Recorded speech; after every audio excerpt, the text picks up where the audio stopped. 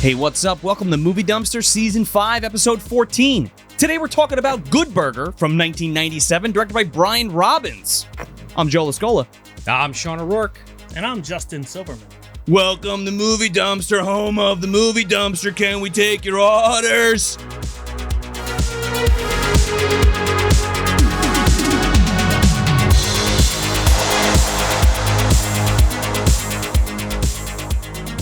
One good shake, Joe. Oh, there you go. That'll be $8. And then you give them the good shake. Yeah, like a literal shake. I want some of those good chunks, honestly. Whatever they are, whatever the fuck they is are. a good chunk, by the way? I've considered myself a good chunk. You know?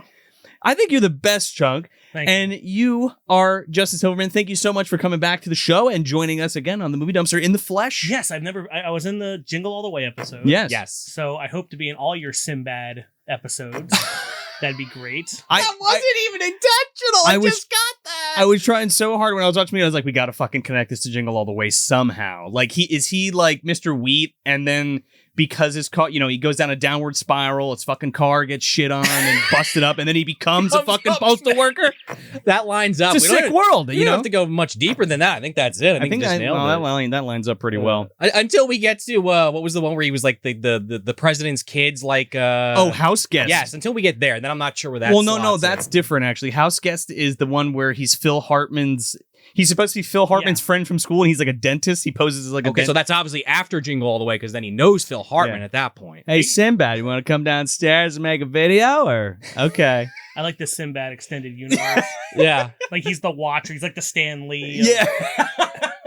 He's like sitting by himself, like on his own planet somewhere. But it's him and his wife walking around naked, trying to get their kids to move out. If you ever saw a stand up, it's pretty good joke. I didn't do it any service there. Look it up. I think Sinbad's funny. Yes. I think he's better as a support actor than the main. But regardless, Agreed. I can't even remember what is even a Sinbad movie where he's like the star of. Kind of what I just said. I think House Guest is right. House Guest. He's like the main guy. Yeah, I guess you're right. Yeah. He's usually, Definitely not Coneheads. Well, yeah, I was going to say like Coneheads or Jingle All the Way. I guess he's a main character in Jingle All the Way. Yeah, but he's kind of background. Yeah. Overall. I think he's a little bit more than tertiary, though. Yes. I would have. He's in it more than Phil Hartman, and Phil Hartman gets all the credentials. Yeah, well, he's like the villain, right? Yeah. He's one of the villains. One of them. Kind of. They eventually work together. Yeah. Whatever. But yeah, Good Burger. I guess before we get into this, one of my favorite movies, which I'll explain why that is in this review. Justin, what's been going on since that fateful day several years ago at this point? Oh, when we did the Jingle All the Way. Yeah, that was 7 years ago? Several. If it was, it might be 7 depending on when you watch this, but holy shit. I think it was like two or 3 years ago, I think. Yeah. I forgot I even did it until I saw you have the poster printed out where we're on it. And I was like, oh yeah, I forgot I was already in a movie dumpster. Like, did I give you a print of that? I don't think so. Ah, shit. Oh, my bad. Well, I'll get you one. I have them. But I guess what have I been up to? For years I was doing stuff on Cinemassacre, doing movie reviews and all that. And by the way, I think I am a fucking poser compared to you guys in this shrine you have here. You guys are movie guys. I'm kind of like a jack of all trades, master of none. Sure. I'm a big jack off compared to like movies and games. Like you guys are like, among royalty here. You guys know and watch so much. I watch a lot. I don't know if I can remember it all, but I try. Yeah, I mean, I watched a lot of shit growing up, but for the last few years, I mostly be doing, working at Screenwave and doing my retroware stuff. We're, redoing that brand. We're like renting arcade machines out to people, and we're producing and making video games, publishing and developing and all that stuff. I work with you guys a lot from time to time. Yes.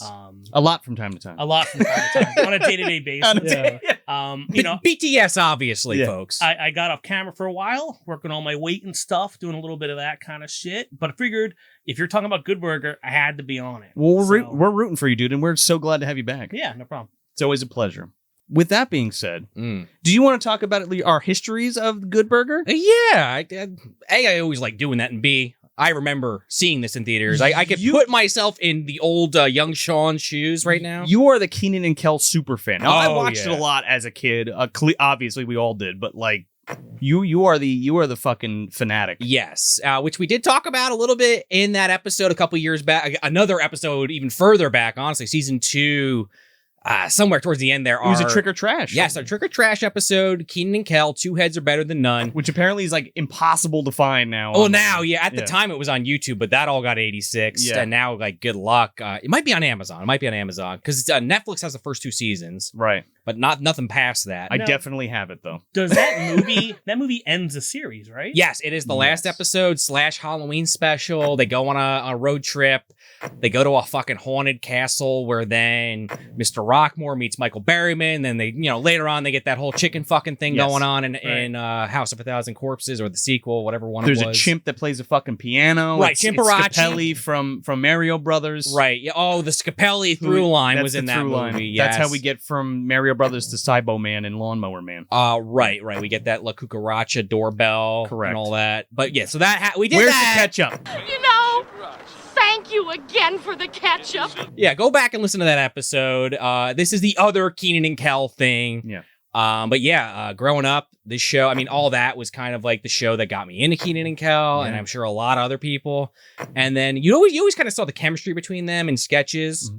And obviously the people in Nickelodeon really saw it, and then we got Kenan and Kel. Yeah. Now that ran, I think, like 4 or 5 seasons, and I swear to God, me, my brothers, and my dad watched like every episode. Now this is a precursor to the Kenan and Kel show. This is also It's post. This is after, Really? or like maybe right During? at the tail end there. I think Good Burger came out during like the 3rd season of all that, Oh. and after the 1st season of Kenan and Kel. Really? Okay. right. Because I always remember where Kenan's the construction worker, and of course Ed is the Good Burger employee. Lester Oaks, construction Lester. worker. Yeah, there you go. Lester Oaks. Yeah, I guess that sounds about right, Justin. Because this was the reason Kenan's in this is because of that show. Yeah. But I don't think this movie works without Kenan, which we'll talk about. But just to get back to my thought, so saw this in theaters. I think if I didn't see it with my dad, it was with my grandpa. But yeah, me and my brothers, we went to the local Sea Court, which R.I.P. as of this recording, today is the last day of the Toms River, New Jersey Sea Court theaters finally getting put to rest. A lot of good memories there for sure. Put out the stick in the old dead body there. Yeah. Heavyweights or something, and that comes to mind. What was that thing called? The Blob or whatever? Oh, the Blob. Yeah, like putting the Wait, Blob out on wait, Sea Court. I would love to review the freaking heavyweights. Me yeah, too. We talked Maybe about next doing year. it. Maybe. that's Yeah, for another sure. Kenan Thompson movie. Oh, Yeah, yeah. for sure. That was his 2nd feature film after Mighty, Mighty Ducks. Yes. Yeah. The second one. Yeah, With the knuckle puck. Yeah. D2. You're nothing without his knuckle puck. No, you know? no. But make a long story short, we saw the theater and it kind of stuck with me.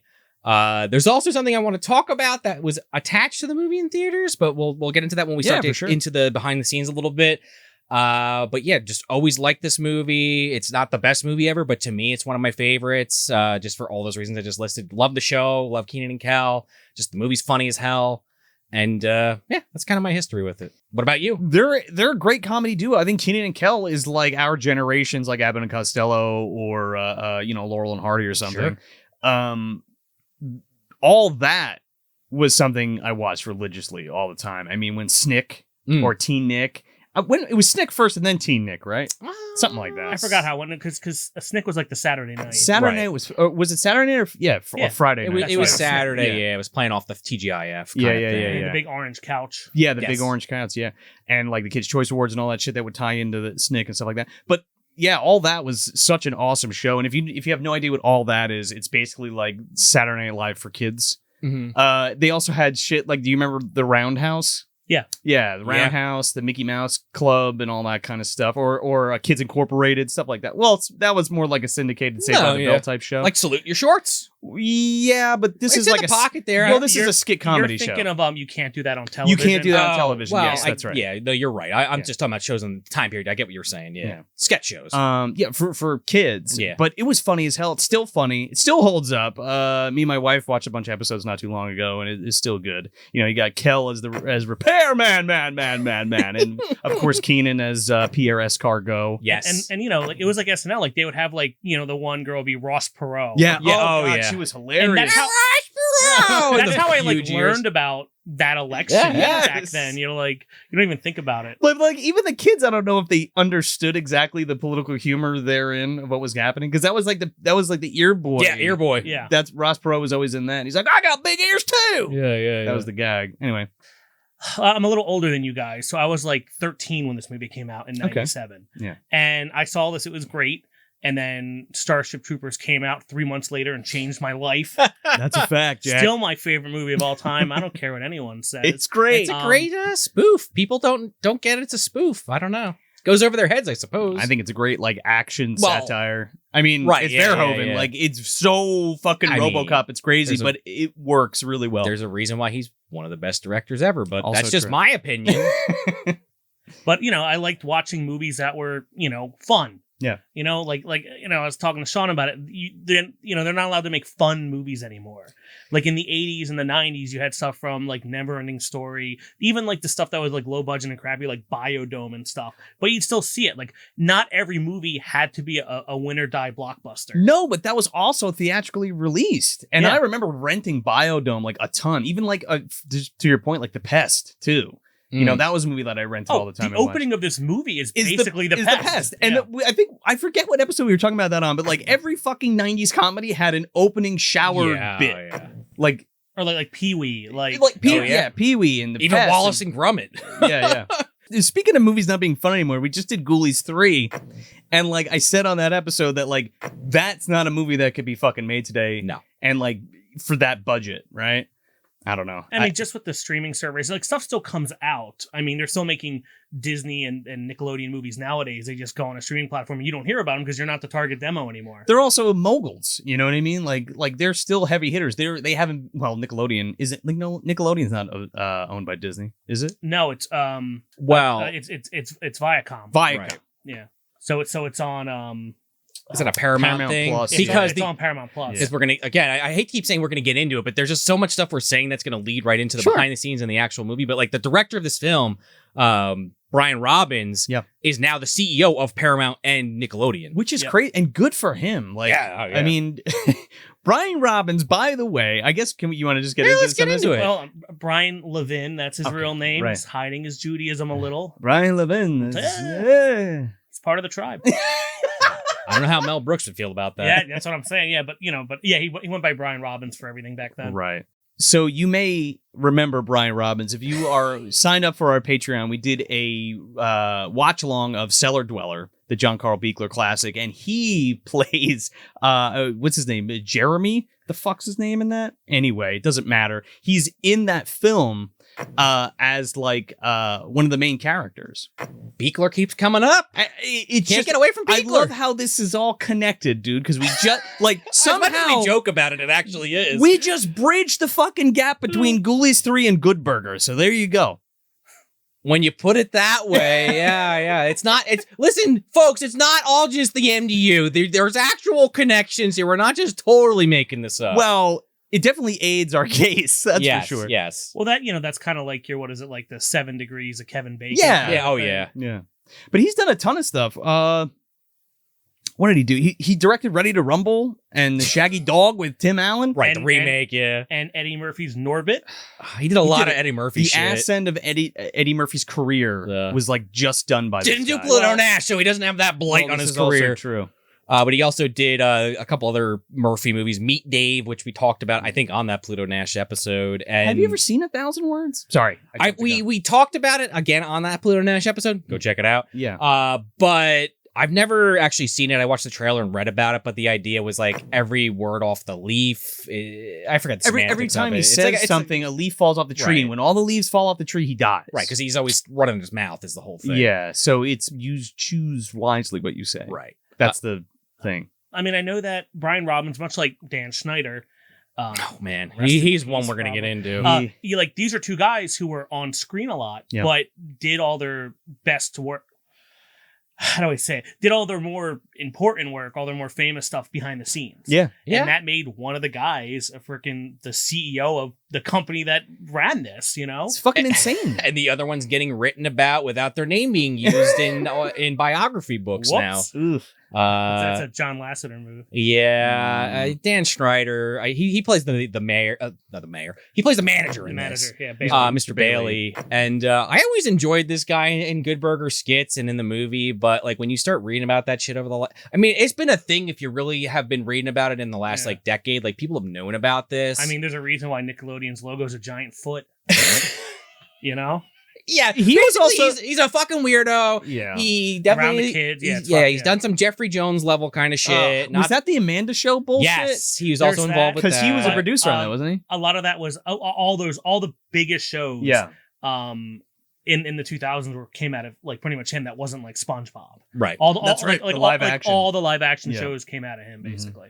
And I know Jenny McCurdy, is that her name? Yeah. She they tried to we're gonna give you $500,000 or whatever to like not tell anyone what happened. Oh my with God! you. Is that And she the iCarly chick? Yeah, Yeah. and she said fuck that, and then told everyone everything. Right. Wrote like a Wow. book. Yeah. So he's hiding out somewhere in a bunker. But if you've been like following this even tertiarily, like I have, like over the last decade, you'd always see in like forums people calling this guy out that he's a problem. But I think now that an actual star of one of his shows, plus the whole thing with Drake Bell, with him getting in trouble for grooming somebody, it's just it's kind of unfortunate that that's all surrounding Good Burger and all that. And at the end of the day, really, we're talking about franchises, not people. So like these people kind of went through this shit. And, you read stories that Dan Schreider apparently, bribed Ariana Grande to do certain things. Jesus And she Christ. just did it, because why not? Is Kenan and Kel, are they, their records are clean, yes? It's As far as any weird fucking cutie shit goes? I mean, they definitely have, they definitely have some tension between the two over some, petty bullshit. Oh, that's not what I meant at all. Not over, kitty touching. Like Kel went off the rails a little bit. His wife cheated on him.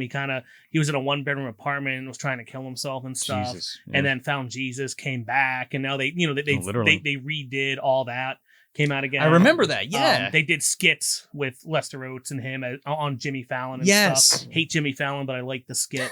the best part about Jimmy Fallon's show is when he does shit like that. Yeah. And they've been talking about, will there be a Good Burger reboot or a remake, or because originally there was they penned a Good Burger 2? sequel. Yeah, it was Good Burger To Go. Yes, which Ooh, I I like did that. read as a kid when it came out. It was definitely a Scholastic book fair purchase. Yep. Oh my God, it exists? Yes. Oh, we I gotta don't- do I it don't on own Patreon, Yeah, dude. well, I don't own it anymore, but it definitely is something we should cover. But it's like it's a light novel. Yeah. And they go to France, and there's like a mime involved. Yeah. What the And fuck? Do they cook there? Do they bring They're Good gonna Burger to France? It's kind of like I don't remember it super well, but it's like a SpongeBob movie kind of thing where it's like they're opening up the second Good Burger, and now they need to go to Europe Yeah, to take because care of the bullshit That's aspect. Or Ed ends out there, so Dexter's got to go get him back because of course. But okay, so they took that idea and ran with it for the Rugrats movie. Maybe. Kinda. Again, I only remember little details here, but yeah. Because you just It brought was- that it was- up it was before we kinda got like- on. Well, it was kind of like how it's like, the first big McDonald's opened up in Russia, or Yeah. like in the 90s, like that Yeah. kind of stuff. Or like, now there's Disneyland Paris, and so they wanted to have Good Burger in another country. Yeah. But nowadays, if I was doing a movie called Good Burger To Go, you just kind of make Good Burger's now like Mr. Beast Burger, Yeah. or it's like a Grubhub, and they Yeah, have all yeah, these- yeah. the fucking cars driving around everywhere Yes. looking like burgers. Like I think you could have fun with it. You got to bring Josh Server back for sure. Of course. And of Lori course. Beth Denver. Yeah, a Fizz in this movie. yes, right? Fizz. Yeah. Fit. Oh, Fit. Nobody's abbreviated my name before. You mentioned McDonald's, by the way. Yes. This- McDowell's. Oh well, obviously, yeah. From Coming to America. Coming to America. exactly. This is gonna be this is one of the plot points or plot holes, I suppose, in this film. As we get into it, which a plot crunch is incoming. Don't worry. Yes. But yeah, McDonald's. I don't think McDonald's, Burger King, or Wendy's, or In-N-Out, or White Castle. brought Jack up. in the Box. Yeah. They don't exist in this universe because there's no way there's just Good Burger versus fucking Mondo Burger, and that's the competition. It is LA. Yeah. I don't know. I just wanted to mention But that. I get from a movie making standpoint why that is a thing. That's just the two going against each other. It's an old standby that plot device. Well, it works. I think It Mondo works. Burger is supposed to just represent All of the them. McDonald's and all Yeah. like the evil corporation versus like the old burger stand. It's like that movie The Founder. It's like Yes, that's exactly. kind of what's going on here. Wait a second. You're making milkshakes without ice cream? That's Yeah. cheaper. Yeah. In fact, like so much of all that or ripped off of SNL and Coming to America, and the only reason they made this movie was because those SNL movies are good, I guess we'll make Nickelodeon movies. So It's you had true. Harriet the Spy, you had Mhm. this, then you had Rugrats, and you had all the other kind of stuff coming out. Harry the Spy is great, and that's such a weird anomaly. Just an aside, Yeah. because that was never like a thing on anything, right? Or was it a novel? was Nickelodeon. Was it a Was- kids Oh, wow. novel or It something? was a book series. Okay, it was a book series. And then they took and did that. But that was also when you went to go see that in theaters, you got the first episode of Hey Arnold. as Oh, well. that's right. Yeah, right. They did that because that's what I was referencing a little earlier. Yeah. Like when you saw Good Burger, you actually got a short in front of it, which was Action League Now from Kablam. Yes, and that's a fucking great show. Yes, and it was only just a segment. Kablam as a whole, yes. Yeah. But it was called Rock a Big Baby, and there'll be some clips in the audio or in the video version rather.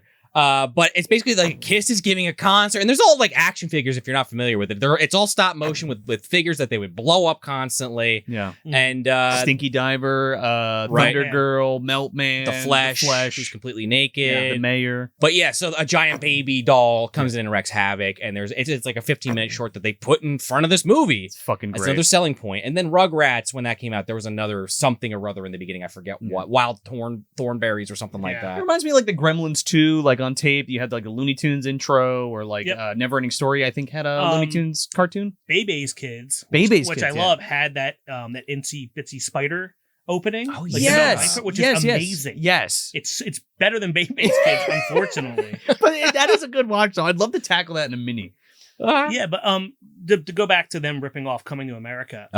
They had that scene in all that where Kenan would be like that kid from the foreign land. You know what I'm talking about? Ishbu. Ishbu. Yeah. And you watch it now, you're like, okay. And Sinbad was his father. Yes. And he comes in like, I am the father of Ishbu. And you're just like, okay. But they have on like the McDowell style, like, vest. Yeah, like they have that kind of on. Like, okay, a little close to the chest there. Well, yeah, but like you got to think like young black comedian. They're looking up to Eddie Murphy. Oh, yeah. That's and, true. Well, we won't say his name. Ghost Dad. Oh, Bill Cosby? I'll say it. Fuck him. No, I'm fucking around. Anyway. One day we will review guys. that movie, So- not just because. So even like going for the writers too would Yeah. kind of pull from that and like make it accessible to kids. You know what I mean? Well, that's something we were bringing up about how Kenan and Kel brought blackness into a lot of suburban homes. big time. Because how Right. else would he have? Oh, I mean, yeah. aside from like you had like Fresh Prince, you had the Cosby Show. Yeah. But even you that's Family teens. Matters. Even Right. that's teens. You know. but to bring it, Family Matters. But but for this, like, you have like younger brothers. If that's how you got that information. Yeah. Oh, yeah. Well, like I said, I grew up with it, so I didn't really even think about that till you brought it up. But you're 100% right. Like these situations that maybe I wasn't dealing with, but other people definitely were. And I'm glad Nickelodeon did that.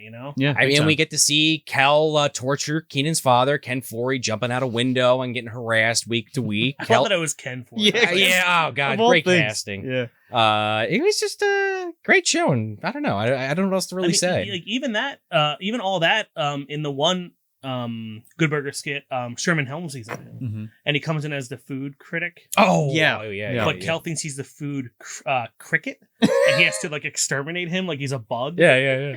I don't know. Like I just think that the show is hilarious. It's great. Kel as Ed is painted like an idiot in this movie. Don't get me wrong, but in some of those sketches, he is just like, are there any fucking brain cells firing off in that head? I got to bring up Siskel and Ebert. Okay. Real movie reviewers. Oh, yes, of course. Unlike me. Yeah. Or the two of us. So Siskel comes on and he goes, "This movie's awful." Good Burger. That's He it. goes, "It's awful," and he calls Kenan roly poly, which What? I think is very nice, and goes, "It's not very funny. Like you have to cut clips out of it. It's so mean." And Ebert immediately goes, "What are you talking about? It's made for kids, and it's a pretty good movie, and these kids are really smart and funny. And why are you being such an asshole?" And they fight. I've never seen Siskel and Ebert like straight up like fight each other, but this Good Burger is the one that broke them. I think that he's effective. He's effective in dealing effectively Roger, with these everyone are the around him. heroes of the picture. Of course they're going to make things turn out happy. Ebert's Like going to blows. Yeah. Over How Good dare Burger. you like this teen comedy about two burger joints trying to take each other out? I want to mention one more thing before we get into it, and then we can block Oh, it.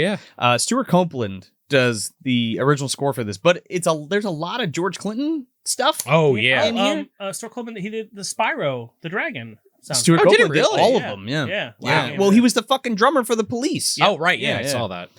But there's a lot of George Clinton stuff in this, and there's a Parliament song later that we'll talk about. Yeah. And Warren G did music for it. Yeah, Although fucking the Snoop Ken- Dogg is on the The soundtrack. Kenan and Kel song was done by Coolio. Yeah, the opening yeah, for yeah, Kenan yeah. and Kel, yeah. Oh, Less- shit, here we go. Less Than Jake does the I'm a dude, you're a dude, we're all dudes here. Do you guys remember the music video for that? Like, Yeah, they're like premiering on a on beach. Nickelodeon? Yeah, but like, we were all that fucking summer, we were singing, she's a dude, I'm a dude, No, we're all dudes. Scott had funk, rap, punk, Everything. ska. all kinds of stuff. Very, very 90s soundtrack. Yeah, for sure.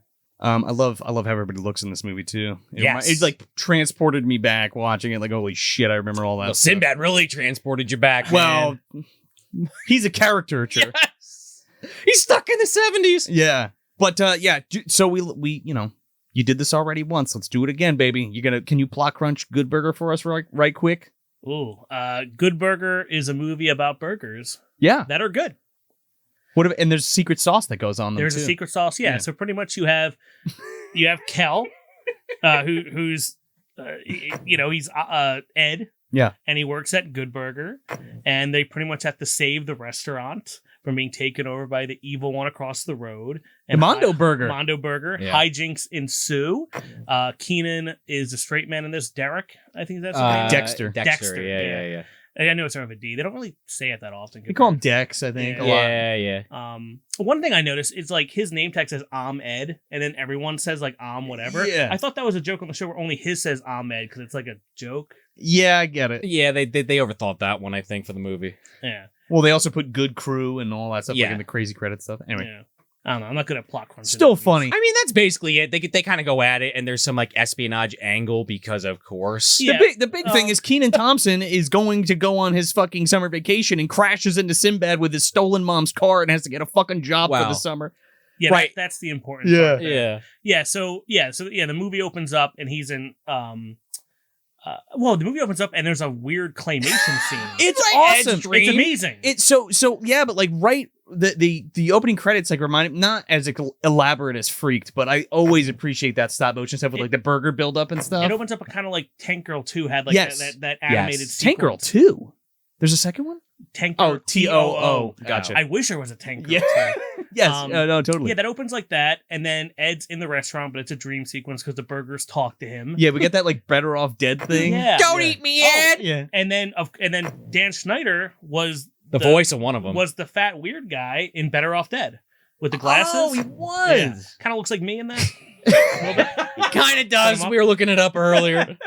So he's a plagiarist, is what you're saying. And well, in that one, he was a creep, so that kind of played off. He didn't have to act for that one. He knew exactly what to do. Yeah. He knew exactly what to do with the burgers, anyway. Yeah. Yeah. So then Ed goes to hell because he falls into. Whoa, these burgers are circling. Circling. Whoa! And then he wakes up in his 90s bedroom, like we were talking about Yeah. earlier. He has all the awesome gear everywhere. He's got burger accoutrement Yeah. and all kinds of shit. He wakes up with the hat. He and never fully takes the clothes off. He Yeah. showers in the hat with the stuff, and it's much like the pest shower Yes. scene. Yes. Singing the theme song. Yeah. The I'm a dude, she's a dude, we're all dudes. And then he rollerblades to work, and he almost kills a girl, drags her with Oh, a jump God. rope. The joke.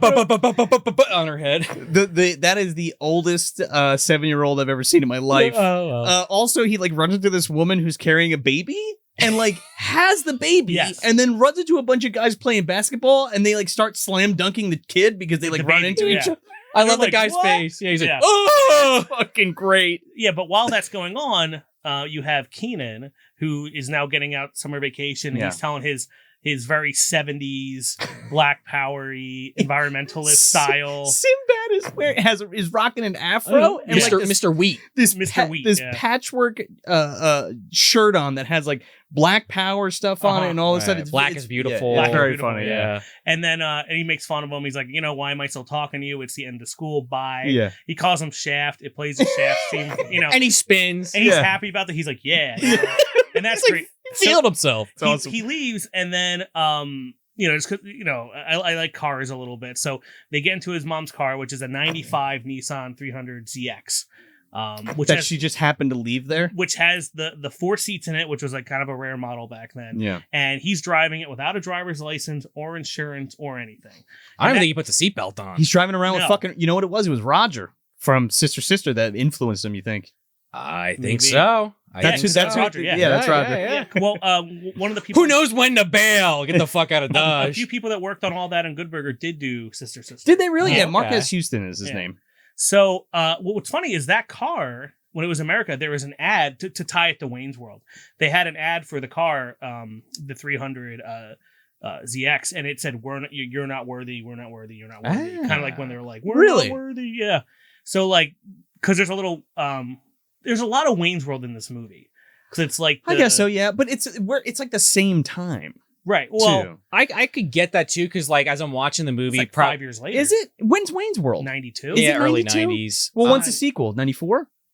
95? Something like that. Yeah. I was gonna say, like, watching this movie, like there are sections of this that definitely feel clip showy, kind of like Wayne's World 2, or even the first one. But those movies are just so funny, you don't care. Oh, I see what you mean. Yeah, you mean like skip based? A little bit. mean- I don't know if that's what Justin's saying, but I was kind of feeling that. Again, I've seen this movie so many times, I stopped thinking about it. But like for watching it, thinking it a little bit more critically for the review, I was like, okay, yeah, that does happen a few times. Like when they meet Shaq, it's like the scene's just here. Yeah, there's a lot of scenes that just feel like this was Wayne's World for kids. Yeah, I get what you mean. Like trying to adapt like a skit based or a movie based on a skit and turning it and blowing it out into a film. There's that too, but there's a lot of scenes like later when they're on the roof is kind of like when they're sitting on the car looking at the airplanes landing. There's a lot of scenes that are like That's true. direct. Yeah. And so when you see the ad for the car where they have a Wayne's World quote about the car that's in the movie, and you know, but anyway, so he crashes the car because Ed gets in front of his way when he's rollerblading. Yes, and then because he's making a delivery. Right. No, right. Yeah, because Yeah. the delivery guy gets fired because the boy came in without any pants on. Which is weird because He'd be into that. later in the movie they get the delivery burger car, but only Dexter. Okay, well we're jumping a little ahead, but Yeah, we're jumping a little ahead, Dexter never actually drives the car, which is a problem I have with the this burger movie. car. Well- but why is Ed rollerblading for the delivery then? Instead of because if he doesn't, then he crashes into Kenan Thompson. Right. Well, I actually, now that you brought that up, we must just talk about it now because I'll forget by the time we get to the car. Yeah. I think what it is they don't want Ed driving the car because they know he doesn't know what the fuck he's doing. But when they're like, "Oh, Dexter, you can drive. Here you go," but Dexter's lazy, so he just gives Ed the I keys. But They Ed- don't realize that Ed's driving it. They're just like, "Yo, Dexter's making a delivery," and meanwhile, Ed's all over the road. Does Ed have his license though? I don't think he does. I think they make a joke about that actually. Yep. So they crash the Nissan 300ZX into the TM. 1993 Infiniti J30 TM TM. with Detroit leather. Yes. Yes, And he says he has the chrome and all that. The reason why I bring this up, this Sinbad's car, by the way. Right. So he crashes into his. So he nearly kills Kel Mitchell and then crashes into fucking Sinbad. right? And you're led to believe that Sinbad's car is more expensive than the mom's car. Right, because he's like, "Oh, $23,000 car. Yeah. It's $23,000 So car." Sinbad says the car is $22,000, which with inflation is $41,000 today money, right? Crazy. Holy shit! Which is, a nice normal car. Sure. Luxury However, sedan. in the behind the scenes, Dan Schneider says that it's a $40,000 car, which would make it a $73,000 car nowadays. So why did they say to make it realistic for Kenan to be able to pay it off? Probably, but For the damages? MSRP of the car was $33K, which is $67 today. So everyone was wrong completely. But why? I don't know. So Sinbad says the car is 22, but it's actually 33. So it's like a $20,000 difference. But the Nissan today is $75,000. That's the Okay. most expensive car in the movie. Okay. And so I just looked that up because he was going over the repairs and stuff, and I'm doing the math in my head. I'm like, that doesn't make any sense. Well, right. It even says his mom's repair was only $900. Yeah. What is that But about? Mr. Wheats was $1,900 before it actually gets the real amount. And what I found was I found internet forums of people fighting about the cars in Good Burger. Of course. So I started doing the math and stuff. Oh, is that why? I was going to say that's a pretty elaborate fucking Yeah, thing. I mean, I like cars and stuff, but I was just like, this doesn't make any sense based on whatever. I don't know. No. And his mom you never see his mom. No. But I guess she's cool with the accident. Well, she's in New York, so she doesn't even know. So, like, what? Wait, was the thing that she's gone for the whole summer? She's gone for the three weeks or something like that. Well, okay, so she does find out about it because like I said, he mentions that he's got to get the car fixed. The thing she doesn't know about, because she finds out. He doesn't want the cops involved because that's the thing. Sinbad's like, I'm going to call the cops. We got to get the insurance involved. Sure.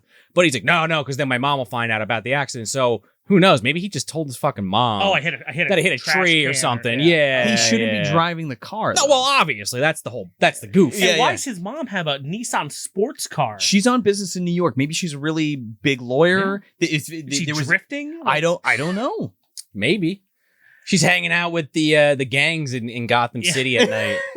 Yes, drag racing. Yeah. So Fast and Furious. So he has to get a job to pay for it. Which is even funnier because he literally goes on for like a minute and a half about all the things he's not going to do during the summer involving a job. He's like, I'm going to wake up at 12 o'clock every day. I'm going to have Chinese food. And bring girls over. Yeah. No, that was it. It was every day I'm going to eat Chinese food. I'm going to wake up late, eat Chinese food, hang out by the pool, bring over the honeys, go to bed, repeat. Yeah. Which sounds like a plan. I mean, at least for a couple days, and then I'd be like, all right, that's enough MSG. But you're right, then he's got to get a job. All that's out the window.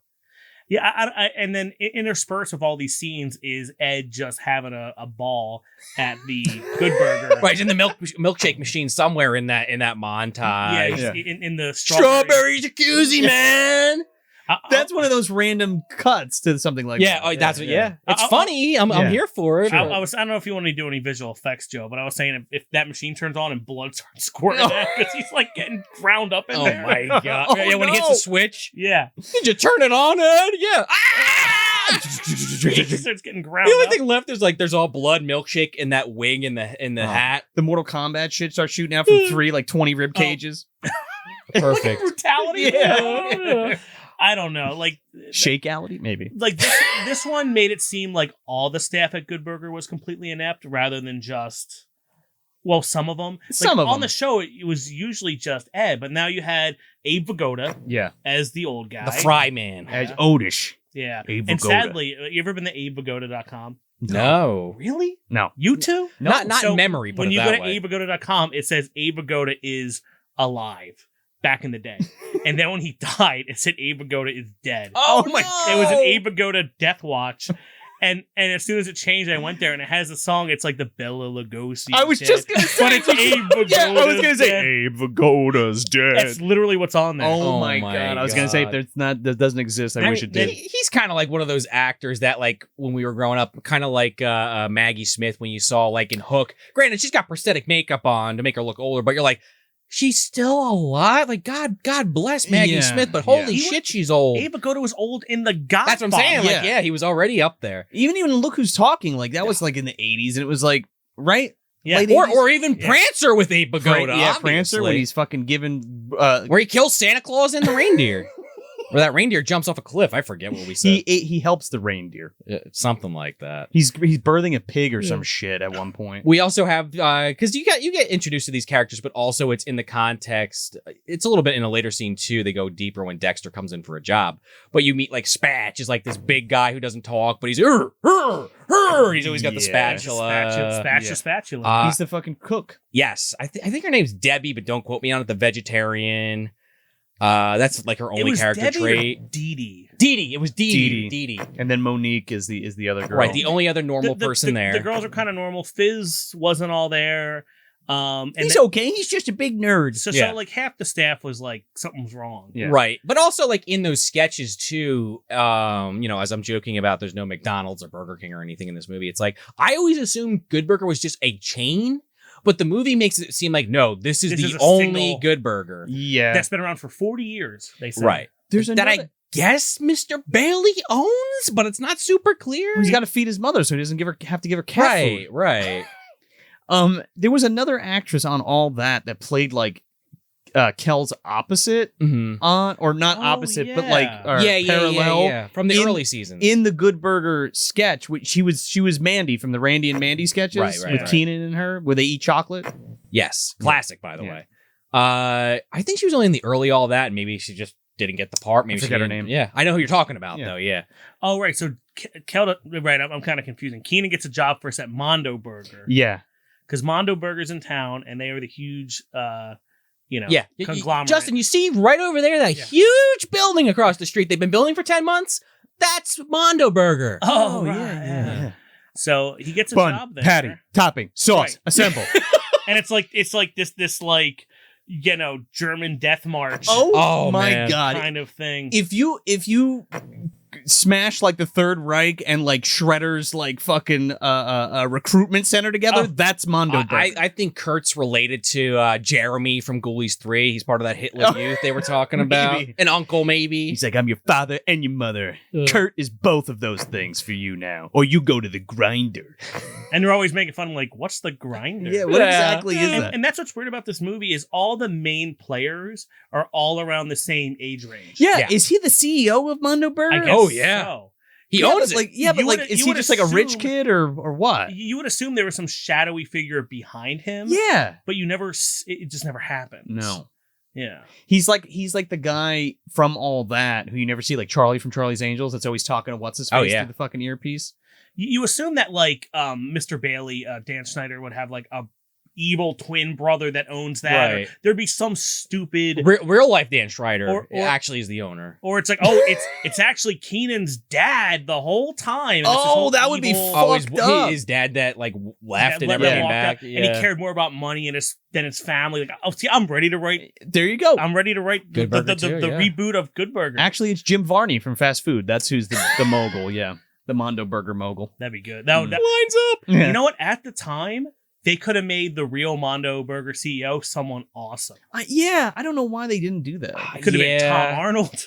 Oh my God. Could you imagine Tom Arnold in one of those future suits? It could have been Kelsey Grammer. I mean, not to bring his name up again, but honestly, it could have been Jeffrey Jones. And I only say that because I just watched Who is Harry Crumb? Yeah. And he's like kind of the evil bad guy in that. When you said Jeffrey Jones earlier, I thought you meant the Kool-Aid guy. Oh, no. Like the Brian Jonestown Massacre? Yeah, that's what I thought he was. No, Jeffrey Jones, like Ravenous and right, Mom and Dad Save the World. Mom and Dad Save, which I love. Stay Tuned is one of my favorites. Stay Tuned is awesome. Howard the Duck. John Ritter would have been a great bad guy too. Yeah. Yes. But no, you're left with Kurt. And he has to carry the entire thing like by himself as the bad guy. I mean, he has his two like henchmen that really are only there just to pantomime. Oh, Ben Stiller would have been perfect. From Heavyweights to this, that would have been perfect. It would have been the next year, wouldn't it? Yeah. Yeah. Too close together, but I could see that like a Perkins But he would have just been Uncle Tony as the Mondo Burger guy. Right. But I'm okay with that because he did the same fucking thing in Dodgeball. Yep, Yeah, same character. yeah. So like Kenan basically flunks out pretty quick. He's the only one that's not getting down the procedure, and he's like joking. Oh yeah, the tomato juice gets on the hamburger. And it's like flipping all over. Crispy. You know what? Say what you will. Kel's way better. Kel Mitchell at like physical comedy. Kenan doesn't hold a Kenan's a good improver, but once you start adding any kind of additional element, that's where he kind of starts to fade for me. He is the bet. His comedy is like the flustered comedy. Yes. Oh, you know why and all that. Like, stop. We do get a why, by the way, which is from Kenan and we get two. Yeah, we get it from Kenan and Kel. Which I don't think he really did all that, but I love that we get those in. We also get it from Sinbad too. In this. Yeah. Yeah, that's why they kind of made Kenan the straight man in this, rather than like Lester Oates or another character. Right. He's also, I mean, talking about Kenan and Kel. You needed a relatable character. Yes, Yeah. he is a little similar to that character in that show, but he definitely plays this character straighter than he did on that. Because on the Kenan and Kel show, he was constantly scheming. That was his thing, trying to come up with... Kenan be scheming. Kenan be scheming. Yeah. And he'd be trying to come up with different ways to make money. Now, he does have a scheme in this movie, but I don't think he's necessarily scheming. He's just kind of a shitbag for like half an hour of the film. We'll talk about the scheme and the contract when we get there, because I have issues with the contract. Okay. But I'm saying, I feel like that aspect of the character they lifted for this character. You mean like how a 13-year-old gets the contract? Oh, wait, he's 15, excuse me. Well, yeah. I guess, I don't know. It is LA. There's a lot of lawyers that'll take anything. So just real quick, because there's a lot of inserted bits between all of this story. I love the one where that like lawyer guy comes. He's like, I asked for a good burger with nothing on it. And he's like, dude, I gave you a bun. And he's like, I expected a meat patty. Yeah. Well, you said nothing. And that'd be something. And he's like, go to hell. And he's like, I'll see you in hell. And he's like, all right, I'll see you there. He throws down the patty. That was a little like...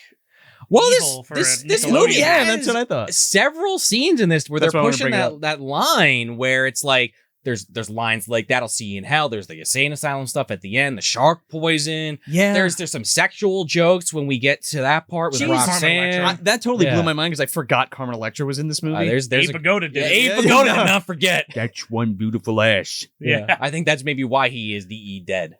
Yeah, Yeah. that's true. Well, he should have died years ago, Yeah, but he's yeah, still there well. flipping fucking fries with his oxygen mask. Yeah, oh my god. But yeah, anyway, before we get too off into the woods there, Yeah. Dexter gets fired because he keeps mouthing off under his breath, making fun of Kurt, which the other people working there are laughing at these jokes, but then act like, oh, I didn't hear anything. Yeah. Yeah, well, They do a great thing. There's a term, I think it's like a Texas switch, I think is the term, where Kurt's talking on the top of this platform. and then And they cut to Dexter and he's like right up to his face. It's Oh, like it's a really great. good comedic bit. there's a part that they cut out of the Bram Stoker's Dracula. Right. Of that, where he's wearing the fucking werewolf mask and the robe. Yeah. And they do the same kind of thing. Mhm. I just thought that was cool. It's a good comedy bit. And it's kind of hilarious. You know, of course, this is the way a teenager would act. We all been there, but he's mouthing off in the second, and it's like, pack your shit. He's like, oh, I was just kidding. I really need this job. I wonder how much he was making there. I mean, okay, you think this is 97. I would say at least probably like, if this was the upscale burger joint, maybe $10 an hour. They were making $5 an hour at Good Good burger. Burger. Yeah.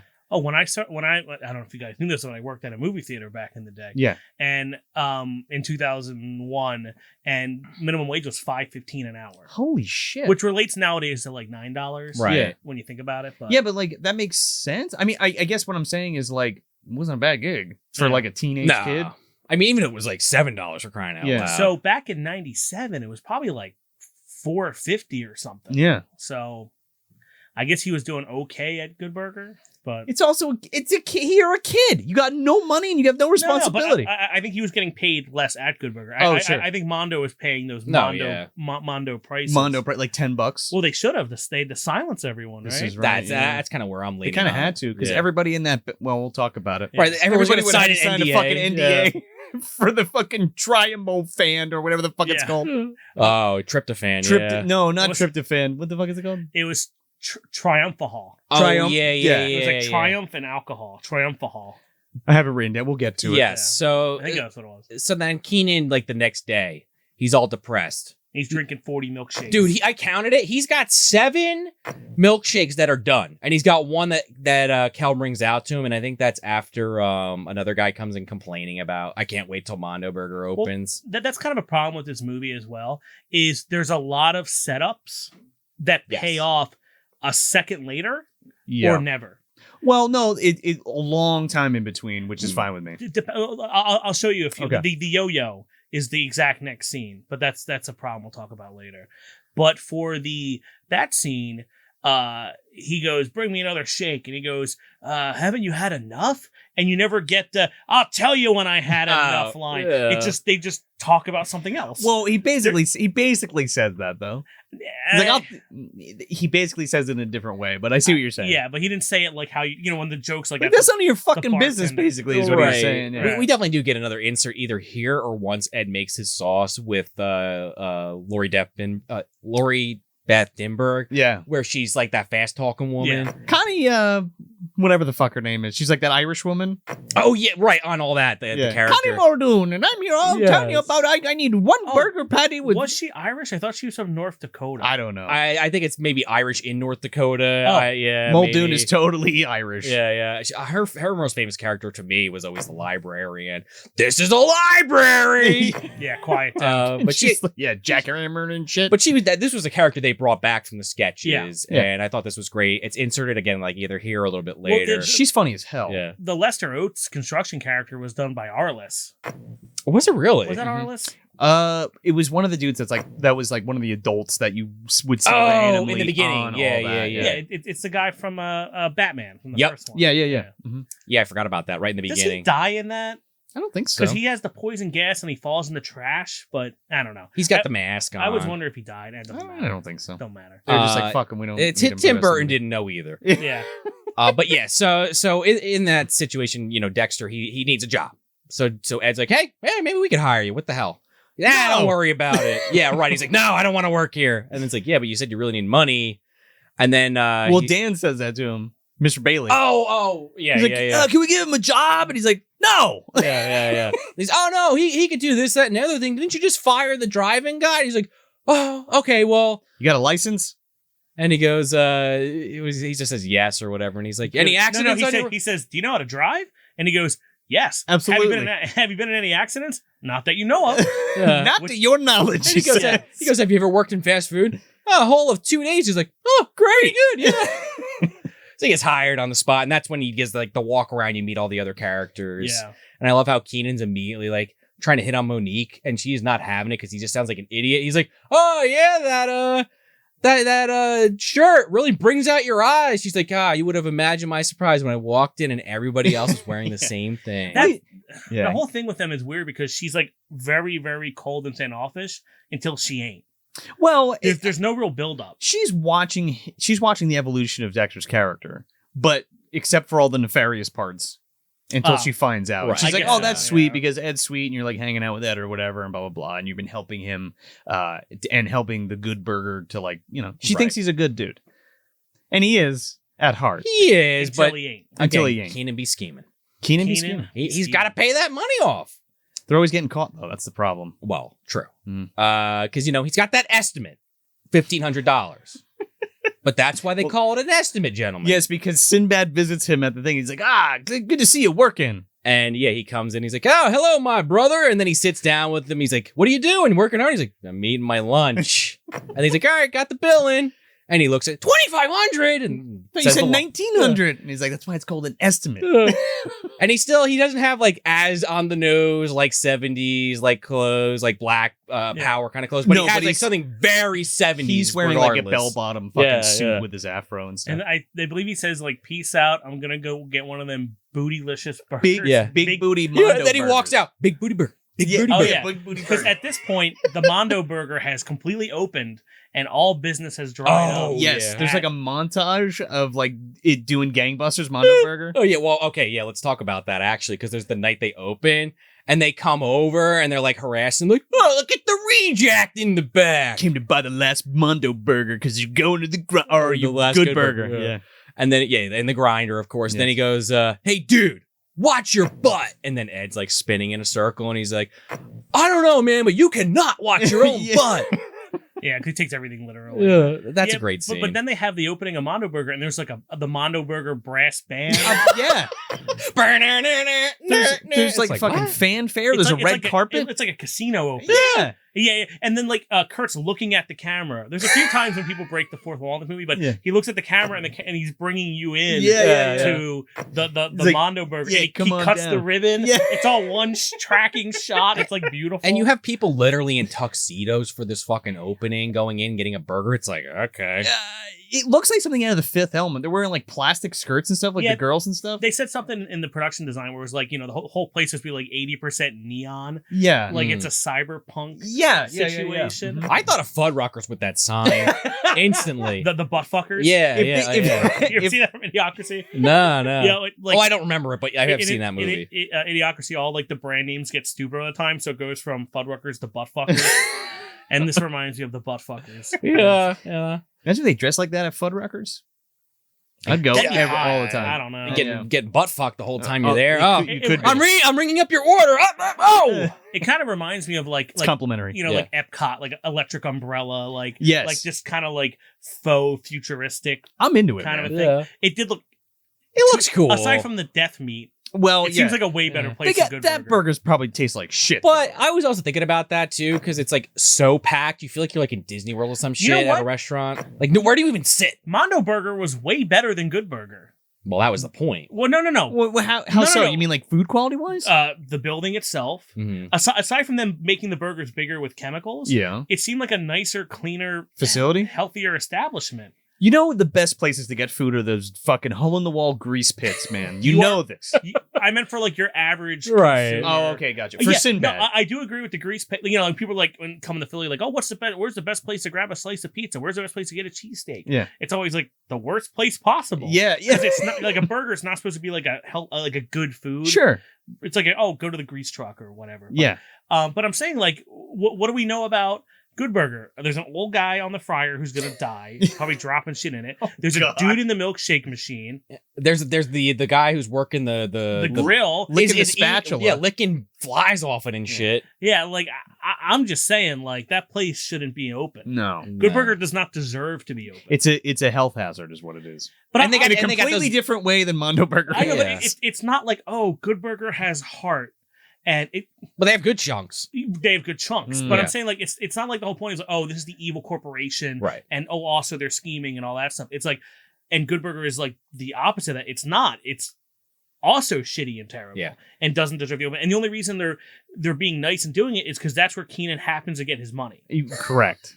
I'm just saying, there's no It- heroes. no. It's there is definitely none. only one of those movies like a Caddyshack or even like Ernest Goes to Camp. It's yeah. like that cliche, the For sure. big guy coming in, taking out the little guy. Listen, I just look into it with more. Oh, we do too, Justin. You're I on the look right into show. it like an asshole. Yeah. You know?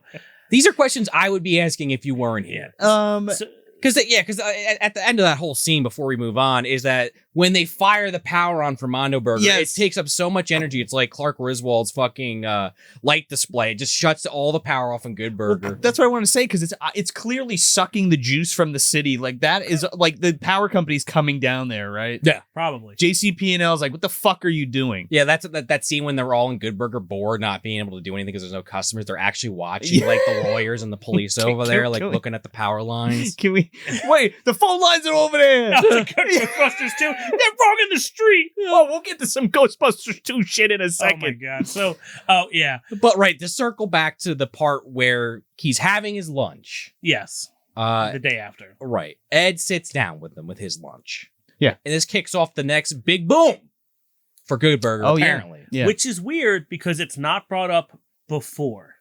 Right. It seems like it's like a Deus Machina situation that happened in the beginning of the movie instead of I don't know, it just seems a weird spot for the sauce. Well, Like, you they never don't bring see it it up before before. that, yeah. Yeah. Or even just Ed like eating it, Yeah. right? I think that would have been interesting. A little bit better, yeah. But anyway.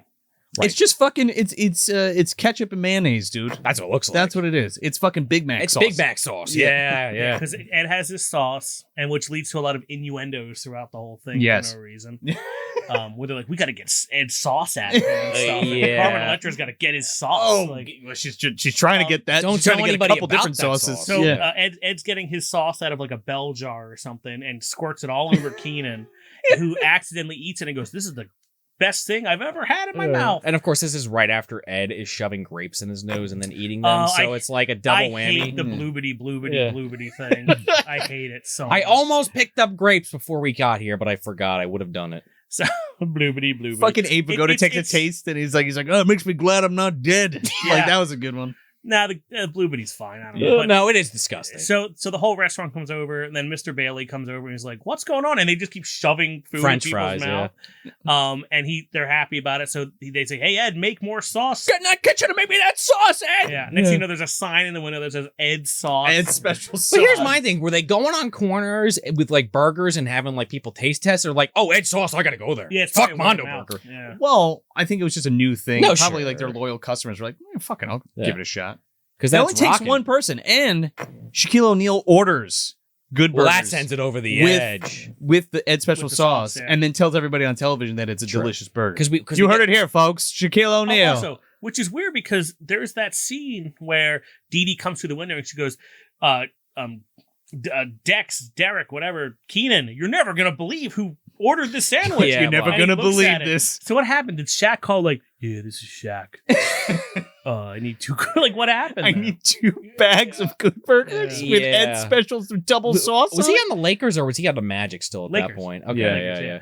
yeah. Because they drive through the literal stadium. Oh, yeah, Like, yeah. They got the permits. And everything. I watched the behind the scenes of this for some reason. It's all on YouTube, and I watched them. There's so many deleted scenes for this movie that are just only in the trailer or that, Oh, yeah. and they're not on the DVDs. The Blu-ray shit, I mean, I will say it's an amazing transfer because I ended up watching the DVD copy. but there's no special features. nah, there's Really? nothing. And it's a fucking steelbook? Fuck that. They show the first episode of Good Burger on all that. and Well, that's it. I will say this though, because somebody else had asked me that on Twitter. This is a Best Buy Steelbook, so my experience with these, at least in recent memory, is you will get a really good Blu-ray transfer, but they don't have like any features because Yeah. I bought the Mortal Kombat and Mortal Kombat Annihilation double pack. Yeah. Just because I was like, I am not buying these individually, Sure. but I would like to own them both. that makes sense. And the unbelievable transfer, like MK Annihilation has never looked better.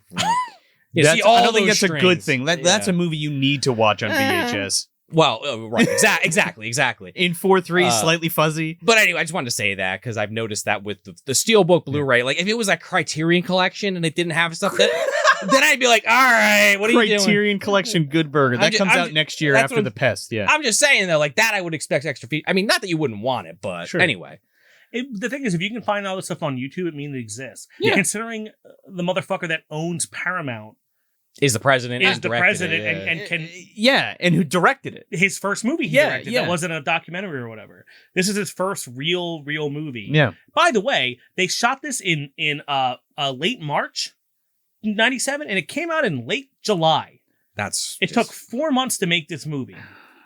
I mean, if you're throwing enough money at it, sure. But that's crazy. It's fucking insane. The movie looks good. Yeah, for what it is. And it's got all like practical sets, at least the two There's main car ones. chases. Is there an explosion? Yeah, there's explosions. Yeah. A burger falls the burgers off a building. explode. The fucking car gets smashed. We will get there. But yeah, they get this call about Shaq, and like we were saying earlier, Dexter never drives the car. It's always Ed. Again, was he at the Kids' Choice Awards that year? Probably. Again, I mean, Shaq is pretty fucking popular. Yeah. Another Wayne's World reference. They go to the car.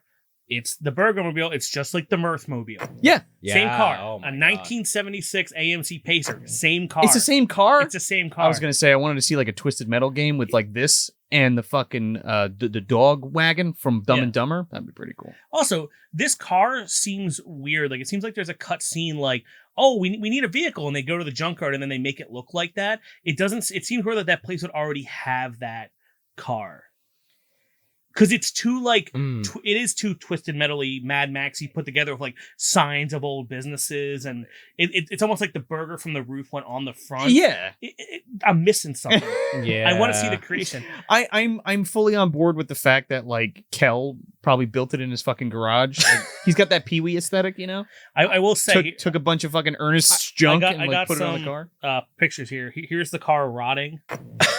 In Daytona Beach, right. Florida. Well, for video, it's just sitting there. It was sitting there, and then for video watchers, you will be seeing that now. And then I talked to the International Hamburger Museum in Daytona Beach, and they have Florida, and they told me it was sold in 2019 and is now at the High Point Drive-In burger joint in St. Louis with a from the ground up restoration. Wow, it's in Missouri, huh? We got to take a trip out there. Louis. Oh my god, that's a trip. And see, it looks a little different. Like they had to redo it. Like that looks like it says Cood Burger. Cood Burger. Cood Burger. Better than Cum Burger. Oh Jesus! I think Cumdar's driving that one around. Yeah. So when I saw the car, I'm like, that looks a lot like the Mirthmobile, and that's Wayne's World. And this movie is just Wayne's World for kids. That's fucking weird, man. I would have never like. I saw like smatterings, but like until you like pointed a lot of the shit out, it right over my head.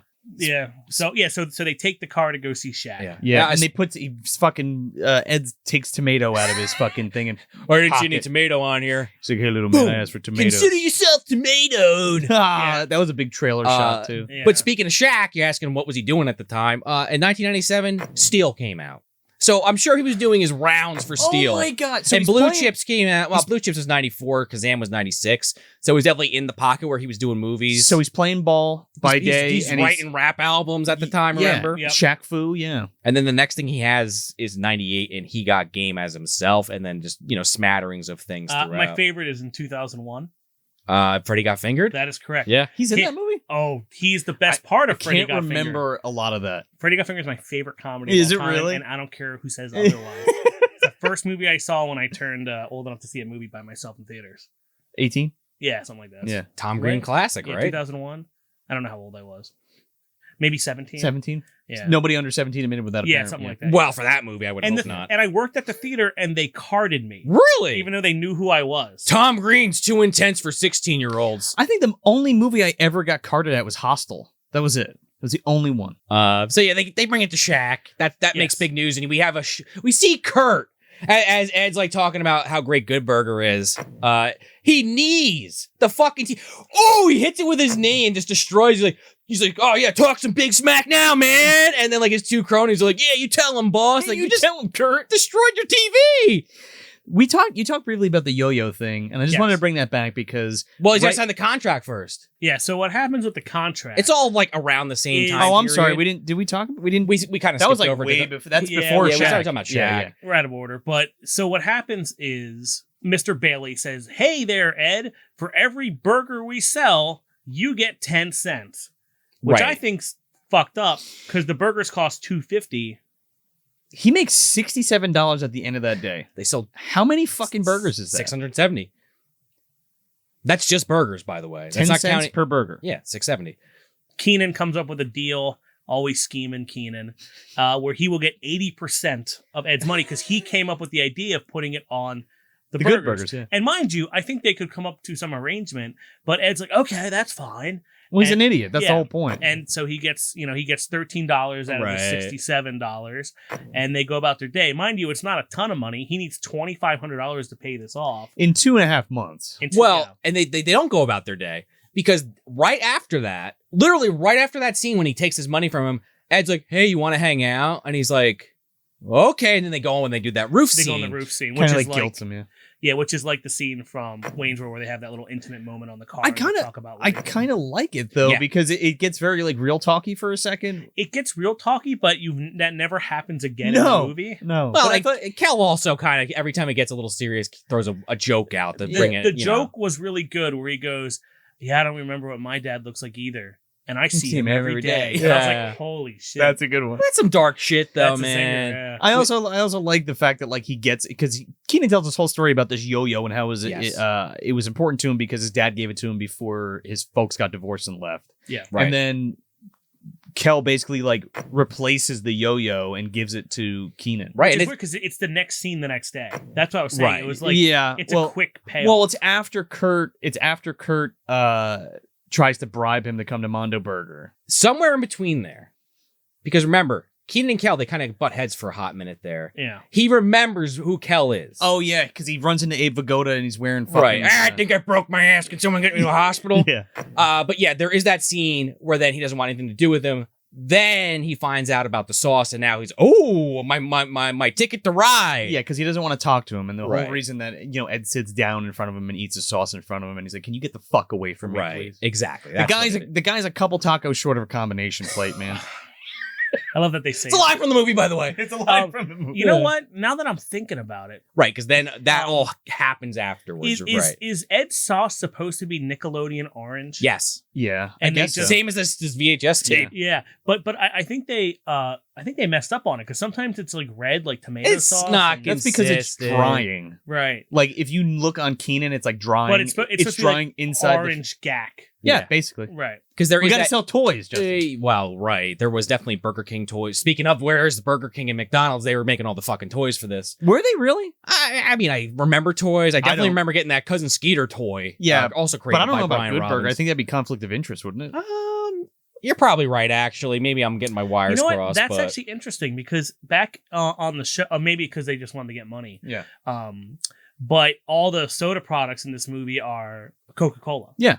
Whereas in the show, it was just like good soda, good soda. orange, Kello's orange soda, as you know. Yes. He does. And ham. Yes. Do I do ooh. Ooh. Yeah. And I think that it's kind of funny that, there was no good soda, there's just good shakes because, they can't say you have a good Coke, Yeah, or a good Right. Sprite, or a good Sprite. Coke product. a good Coke product. What do you mean good? They're great. Yeah. But yeah, so he gets the yo-yo, and then like he kind of feels bad about like the contract, but doesn't end it right then and there. No, because he still needs to fuck. I mean, He does let's have to make be that realistic. payment, yeah. He needs to pay that fuck. He needs to pay Sinbad back for his Yeah, it's car $2,500 damages. for Sinbad plus $900.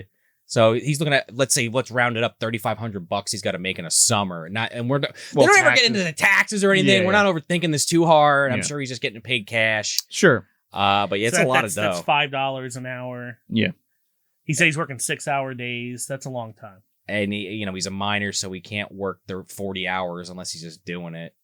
Right. He's probably working 38. He's not really doing much, Kenan, at the restaurant. No. He doesn't drive the car. That He's scheming. supposed That's to. what he does. He's scheming Kenan. Yeah. So he just has to sit back and wait. It's true. They throw him the keys, and then he says, "All right, they're not looking anymore. Here you go, Ed." Yeah, you have to drive and make the food and do the orders and all that shit. So now the goal of Mondo Burger Right. is to get the sauce recipe. Right. Okay. So that's how we get back to that. That's what we had to get that information out Yes. there that we missed. Because Mondo Burger has to put up a red light and bring in Roxanne. right. That's his answer after he knees his fucking TV You like that into shit? pieces. Roxanne. Which brings- Wow, you sound just like Sting. Which brings you back to the police. Yes. Who did the music for the movie. Well, Copeland did the Copeland did, music. yeah. And I love how in the credits, just side note, it says Roxanne written by Sting, not Yeah. by the police. Oh Right. my God. Yeah. Carmen Electra makes her appearance. Man, I got to tell you something. I when I was a kid, I used to love Carmen Electra. I think we all did. But like looking at her again now, I'm like, oh. I mean, she's okay. I was thinking the same thing. Yeah, but like it was like I don't know. She's not bad looking Not at that all. not that she's not pretty or anything. It's just like I was like, oh, that's yeah. I think she's ugly as hell. Yeah. As three very attractive men. Yes. I think. I was gonna, I want to. What? I can say that. And when she walked in, I was like, you know what? I'm gonna look at every extra in this movie. And you had Abe Vigoda just checking look out down, her Well, ass. that's classic. And his giant caterpillar eyebrows just like go up. They're like ruffling. Yeah. And then there's another guy on the left who does like the most snakiest like. I guess that's why I mentioned. I guess that's why I mentioned it. No, she was definitely a sex icon at the time, no doubt about it. And she was like, She was doing Playboy. She was doing Playboy. She definitely Playboy. No, that's Pam Anderson. Just Pam Anderson. Yeah. Okay. Which is odd to me that they put a Playmate in a Nickelodeon movie. I think she was. Yeah. Well, that's what I'm talking about. Disney would never do some that. of this like edgier humor that's in the film, like even with the actors. She's trying to fuck Ed the whole time. She's like, I'll do whatever you want for the sauce recipe. Yeah, that's like today you get like maybe not something that explicit, but like you have like a you have like cartoons where they'll be drinking out of a red Solo and they'll say it's juice, stuff like that. Yeah. Regular show did that all the time. Carmen Electra gets her fucking ass kicked in this movie. Dude. And it's some of the funniest slapstick of the whole film. I love that goth place I go to. Yes. I saw this movie in beautiful Tucson, Arizona, where I lived during the 90s. And they had a place called Goth and Stuff, which was kind of like a big castle. Mhm. And it looked kind of like that with the lights and everything. That's kind of cool. So I was like, was this shot there? And everything was in LA, so it must still be out there or something like that. Huh. But but they go in there, and I was trying to like see what all the arcades were in the background. Like, oh, there's Altered Beast. There's, Oh yeah, I was looking at that too. There's actually a website that will tell you what arcades are in every movie. That's pretty awesome. I didn't know that existed. I mean, I guess I shouldn't be surprised. I had to find out because when we were doing, was it rental reviews or was it? There was. I was trying to figure out what Lex Luthor's arcades were in Superman 4, and Oh the my God. site listed it like exactly. Holy shit. These 2 pinball machines, these 3 arcade machines, like they knew. I'm thinking of you made me think of Richard Pryor, even though he's in 3. Now I'm thinking about the movie The Toy. Was there arcade machines in that? Had to have been. Because that, I don't know if you've ever seen that movie, Joe, but that is a weird That's a fucking weird movie. Dude, it's funny because like Jackie Gleason and like I didn't know who Jackie Gleason was when I was a kid. Oh, but I knew who sure. Richard Pryor was because Yeah, I used to watch him and Gene Wilder and See No Evil, Hear No Evil. That's God. another buddy cop. I used to Yeah. watch The Toy all the time. Have you ever seen Richard Pryor's Moving? No. It's so good. No, I've seen. You have to. I've seen a lot of his stuff. It turns but- into Mad Max at the end, even though it's What about the moving fuck? cross country. Oh my It's such a God. funny Wait a movie. second. Is that Dana the movie? Carvey's in it. What's the movie where Richard Pryor is bussing a bunch of misfit kids from the school? That's not this one. No, but that fucking movie is great. I had never saw it before. My dad put it on. He's like, "You never saw whatever?" And I'm like, "No, it was fucking hilarious. Oh my I need God. to go back and Richard revisit Pryor that." has some gems. You know what this conversation is just telling me that we need to cover a Richard Pryor movie at some 100%, point on yeah. this show. We could bring him up again because Yeah. the last time we mentioned him was on Coffee. Recommend- Well, right when I talked about his fucking act, when he fucked Pam Grier and he put what did he put cocaine on her cervix or something like that? No, he put cocaine on his dick. Oh, that's what it was. And fucked her. Yeah, that's Yeah, what yeah. it was. It ended up in her cervix. Yes, That's how you get a UTI. She did. I want to read Pam's book. I would that she read that. has, Yeah. Anyway, But I recommend Richard Pryor's Moving. Yes. You On got- that note, you get the movie has Randy Quaid and Dana, and Dana Carvey, Carvey, that must be a fucking and they're- winner. One's a psychopath and one's his neighbor, and it's amazing because the Oh, whole man. thing is the family doesn't want to sell the house in moving, but he has to move cross country, and like the daughter keeps setting up like elaborate like murder house scenes when the realtor comes over with the people and stuff. It's so good. Oh I my never God. heard of this. Yeah, and then it ends because the movers keep not bringing the stuff to the house, where they have to like attack the moving truck like Mad Max. Oh my style. God. It's really good. That's Anyway, what this show is all about. Thank you Yes. for dropping Yeah, that so- knowledge bomb on me. as a 90s kid in the actual 90s, because I was telling Sean like I was age 6 to 16 in the 90s. Yeah. So people say 90s kids, but they were Yeah. born in like 95. Yeah. You don't barely remember 9/11. You know what I mean? Gee, Like, I remember where I was. yeah, me too. Anyway, yeah, what were you doing? I I was watching Master of Disguise. I was No. in social studies class. I was in tech class, building microchip things. These are the deep Chemistry. 9/11 conversations you get on the Good Burger Review. You on like the that Announcer. shit. So, And so 9/11 is when the 90s ended. No, I know. I But get what anyway, you're saying. outside of 9/11, they're making a comeback. so being a 90s kid, an actual 90s kid in the 90s, seeing this like golf plays and seeing these arcade machines, that scene really brought me back. Oh yeah. So it was really cool seeing them go to like the do you guys say mini golf or putt putt? I say mini golf. Mini golf. I've never said putt putt Yeah, in my I'm a whole mini life. golf. I think the only time we guy ever myself. said putt-putt was when we did an episode on the Priest Era 3 where they have an actual putt-putt course because they call it that Dino whole putt movie. is what it's Dino called. putt, yeah. Just real quick before we get off the scene, again, I mentioned all the slapstick shit. Yeah. Oh, this scene's filled She's with like, it. so she's trying to get Kel to like give up the secret recipe of the sauce, and Kenan goes to like kick Kel under the table and fucking kicks Carmen Electra in the shin. I don't know. It's just funny. She busts her ass because he like pulls her the chair chair. out. Oh She's my like, God. her butt is fine. Her butt is okay. They're playing mini golf, and he like rears back with the golf club and smacks her right upside the fucking head, and then hits the golf ball. It was in all the trailers, but all the golf ball into the windmill, like hits her in the fucking head with, That knocks wasn't her out. bad CG. It wasn't. Wow, I mean, okay. for the minimal CG that's in this, it was fine. Also, I thought the ball would hit her and she'd fly back in the water. Yeah, But she just kind of falls on her She face. or face do a plants. backflip or something. Oh, what the hell shirt is freaking Kenan wearing? He's wearing a hoodie. I oh, believe it says Urban Boys. Urban Boys, Yeah. but Boys is a 3. So this is the part where Kenan fucks up. If he wanted to keep the scam going, at least. Why did he have? Oh, go ahead. Tell. Yeah, he's got lay the it out. contract in his fucking jacket pocket, and And I gives guess it- he forgets about. And then he like gives it to Monique because she's cold. And then she's like, "Wow, this is a really fun night." And he's like, "Oh, at first, he's like, I thought we both liked each other, right?" She's like, "Nah, I thought you were obnoxious, Self-absorbed Yeah. dickhead. Which and he's he like, is. "Whoa, Yeah, because Ed sets up this date. right, the double date." Because Yeah. Kenan's like, hey, you got to go out with Carmen Electra. She wants you. He's like, well, you come with me. Who are you going to do? Well, how about Monique? Well, she doesn't like me. Oh, now she does.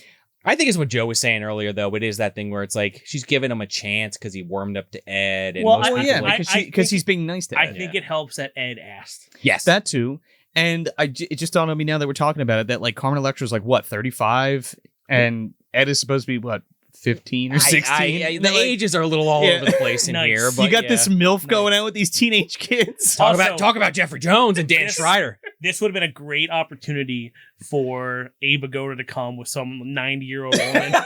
Just like, Dude, what if Abe Vigoda just showed up? He took like Ed's hat, like with the dreadlocks. Oh, I'm Ed. Just bends her over and fucking fucks her. I'll show you my special sauce, sweetheart.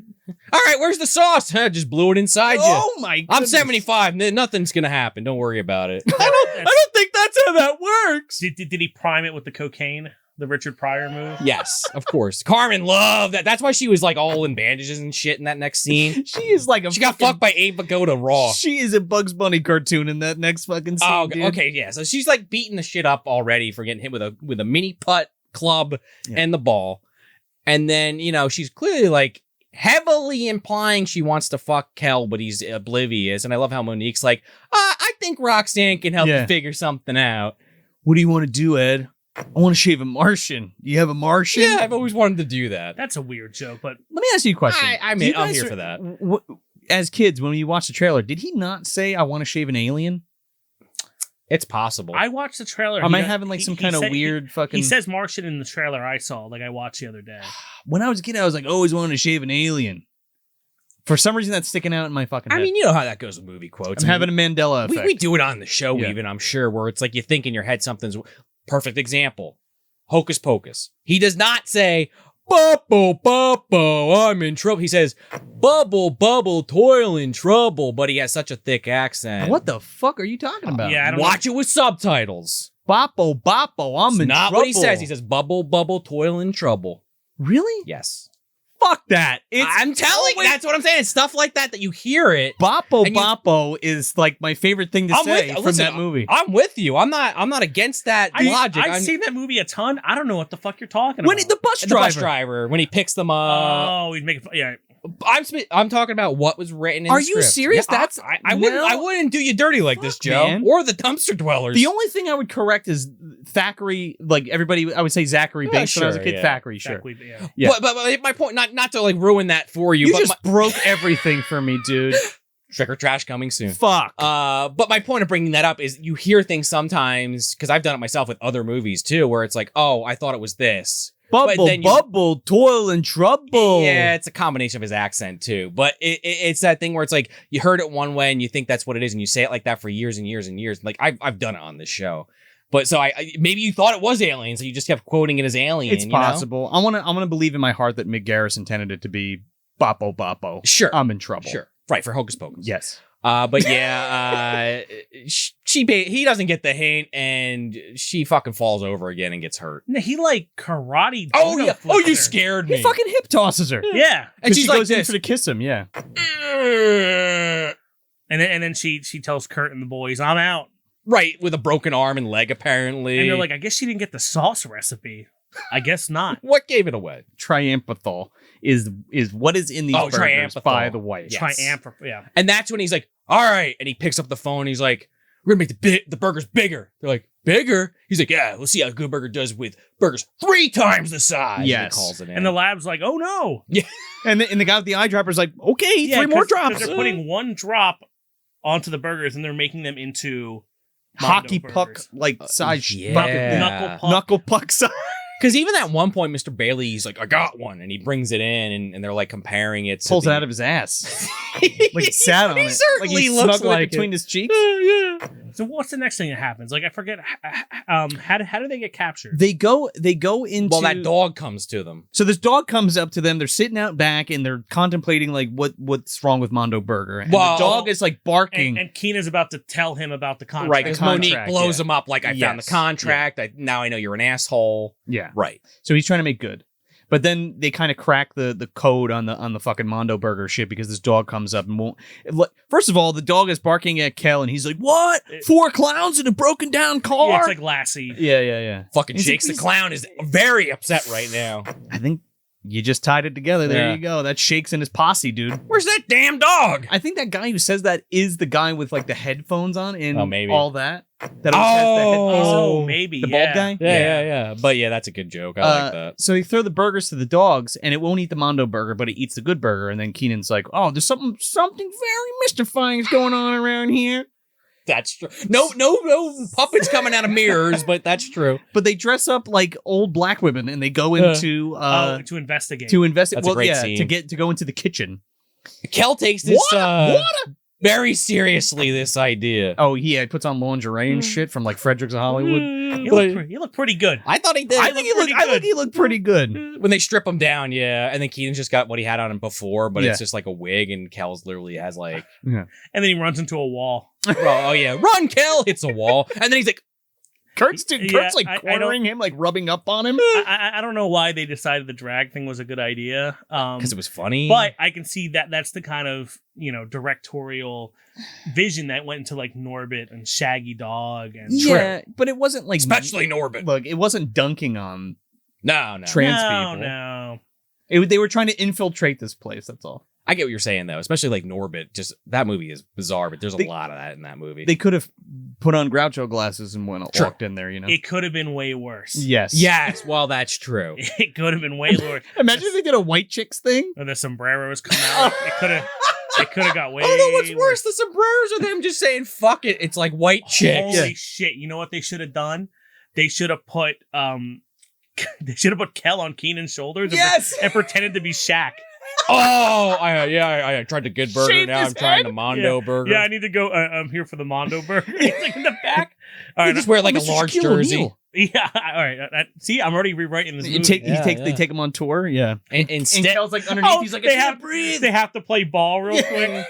he just hands Kel an orange soda. Like, yeah, just suck on this for a while. Then Kel's hand comes out and dribbles the ball. Oh yeah. But no, none of That'd that be pretty happens. funny. They get sent to the insane asylum, as you do. Yeah, because get me the Ghostbusters. Because yeah, we're right. taking we're going to demented That's hills, dude. another trope in this movie. You mind telling your story to some folks, my friends downtown? Yeah, this scene's very much Your burger store, your giant burger store. like in Beauty and the Beast, where they're just like lock up her father in the insane asylum. Yeah. That's fine. Well, that's like 1500s France, though. You could lock somebody up just for looking at somebody funny. The thing is, like, that's at least corrupt, and they throw you in a cell in solitary. yeah. In this one, like, they go up to the guards, like, "Hey, I'm not crazy. I'm being held against my will. Sure you're not, buddy. Sure yeah, you're not.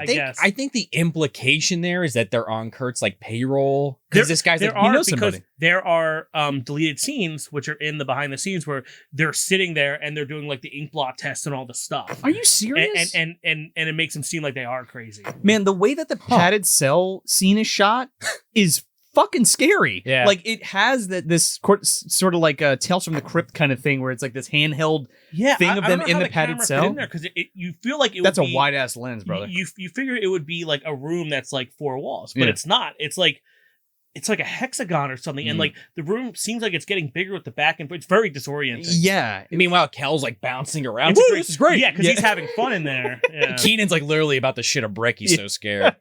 I mean, as he should. Yeah, and then it cuts to this insane asylum, which is co-ed for some fucking reason. That's not. Oh god, when Kenan's playing cards, not a good idea. No. And we get Linda Cardellini as Heather. Heather with birds in her hair. Yeah, she's great. She went crazy. She released some kangaroos from the zoo, and now she's in this place. Right, with a guy eating cards, another guy poking Kenan, and another guy just yelling. And George Clinton. And George Clinton. This is George Clinton. He was in this.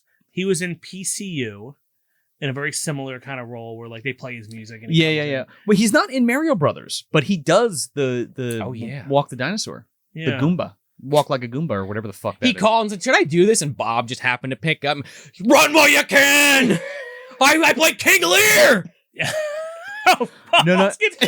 King Lear. Yeah. You see, they wanted me to make this fucking Mario Brothers movie. I had no idea. I love that in that scene, the woman he's with is supposed to be Bertha, the big fat fish. That's That like, we talk about that on the episode. That's kind of rude. Yeah. Not very nice. And you're like, well, who the fuck's Bertha? Well, the bouncer at the Boom Boom Bar. But, yeah, she's the fish. Right. Hey, that movie's still great. Oh, it's fantastic. Give it a listen. Yeah, the episode or watch the movie. They're stuck in the place and they have to find out. It's called like Demented Hills. Just send that home. Arkham Asylum, yeah. While that's going on, now that they're out of the picture, the Mondo guys are going to put shark poison in the sauce. I don't even know if that's a real thing. It just sounds really bad. It sounds like a Batman spray. Yeah. I'll go the Bat Shark Ed sauce. Why the fuck aren't they going in there and stealing the sauce?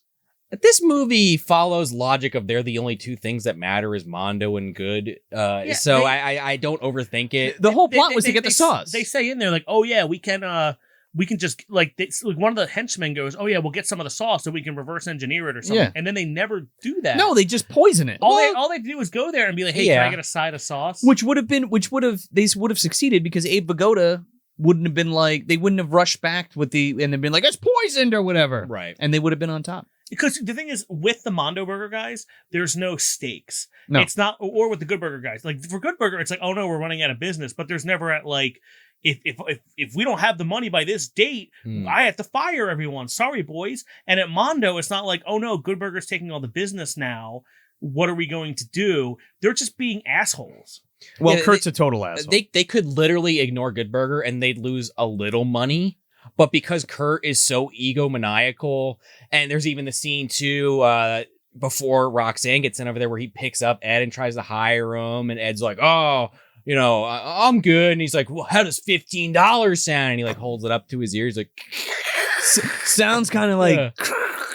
So it's like this guy has like a vendetta against Good Burger for whatever reason. Well, he tries to, it's just weird, the chain of events. He like tries to bribe him, and then he's like, oh, okay, I'm just going to go poison people. Well, I guess he just assumes like, fuck it, now this is personal, so he's just going to say, well, we'll call someone to get sick or die, and then they'll go out of business. Which is why there should have been like a Jeffrey Jones or something character, because he'd be going against his wishes. Right. Like there'd be more to it. Like a CEO above him. But with Kenan and Kel locked up in Demented Hills, nobody knows where the fuck they are. Right. There's no more, they can't make any more sauce. Yeah. I mean, Mr. Bailey and the gang are like a week. They only had one pot left. Yeah, that was it. They solved. So they could have stole the pot of sauce, reverse engineered it, used it for Mondo Burger, and Good Burger would have a business. And Kenan and Kel are in the fucking mental hospital. Eventually, Kenan's mother and Kel's parents are going to be like, where the fuck are they? Maybe. Yeah, because the answer is they walk in there, they see the pot of sauce, they're about like, let's say there's no poison. Yeah. They're going to steal it. Abe Vigoda wakes up, goes, what are you guys doing here? And they just throw the sauce on them. Because what are they going to reuse that sauce? They're out of business. Yeah, well, if they were just wearing fucking ski masks, they could have just ran out of there. I guess that assumes that Ed wouldn't get out of Demented Hills. Right. I don't think Ed would. Kenan might. But he doesn't know the sauce recipe. True. Oh, I know this, but they'll pen pal. They'll make him write it down or something. Also, at one point in this movie, when he's making the sauce, he just throws an entire onion in there without cutting it. Yeah. I don't know what that's doing. Pickles. Yeah. But that, you know what? Kurt didn't expect the old man with back problems to be sleeping on the literal floor. They never explain that. No, maybe it helps his back. That's how I read it. That's where Abe lives. There might be a deleted scene where he fell on his back and couldn't get up and just decided to stay there. No, that's funny. That what was that? Tales from the Dark Side, yeah. Please don't help me. Oh, Javi. Yeah, and then there's a scene outside like, anybody? You there? Yeah. Remember he closes early or something? That would have been that. Like he slipped cleaning and then he stayed there. That's what happened. That's probably what happened. And they cut it out. With a wet floor sign next to him and everything. We could check that scene. Maybe there was. Anyway, so it's possible. They have the shark poison, which has a skull on it. Of course. Well, why wouldn't it? Should have a shark skull. Or just a shark on it. Or it could have flowers so no one knows it's poison. Maybe it was a shark and not a skull. No, it was skull and crossbones. Yeah. When he gets up, what the hell are you putting in our sauce? So Kel like releases big scary guy out of his fucking straitjacket, and then George Clinton they start kicking up some parliament, dude. Well, Abe Vigoda gets thrown in there, by the way, in case that wasn't clear. That's because they sent him to the same place. Yeah. They're like, some old man, they're gonna believe you. Bullshit. You know what they should have done? Just gave him some shark poison. I called it a day. Injected him with shark poison? No, because and planted it on him? Well, because he was old. He was taking some people out with him. Because, they're already going to poison everyone in the sauce. What's one other guy? Also true. Yeah. Just squirt it in his mouth. Oh my God. Yeah, like the hibachi. Yeah. It's got it in like the little pee thing. Yeah. Open up, Abe. What is it? Weird. Shark poison. Oh! That was like a needle. But instead of a syringe, it was like one of those like hug drinks. Yeah. Oh my God. Who made that prop? I don't know. It's Squeeze Its. Yeah. So anyway, they're in. It's a Nickelodeon movie. That's what was that craft service.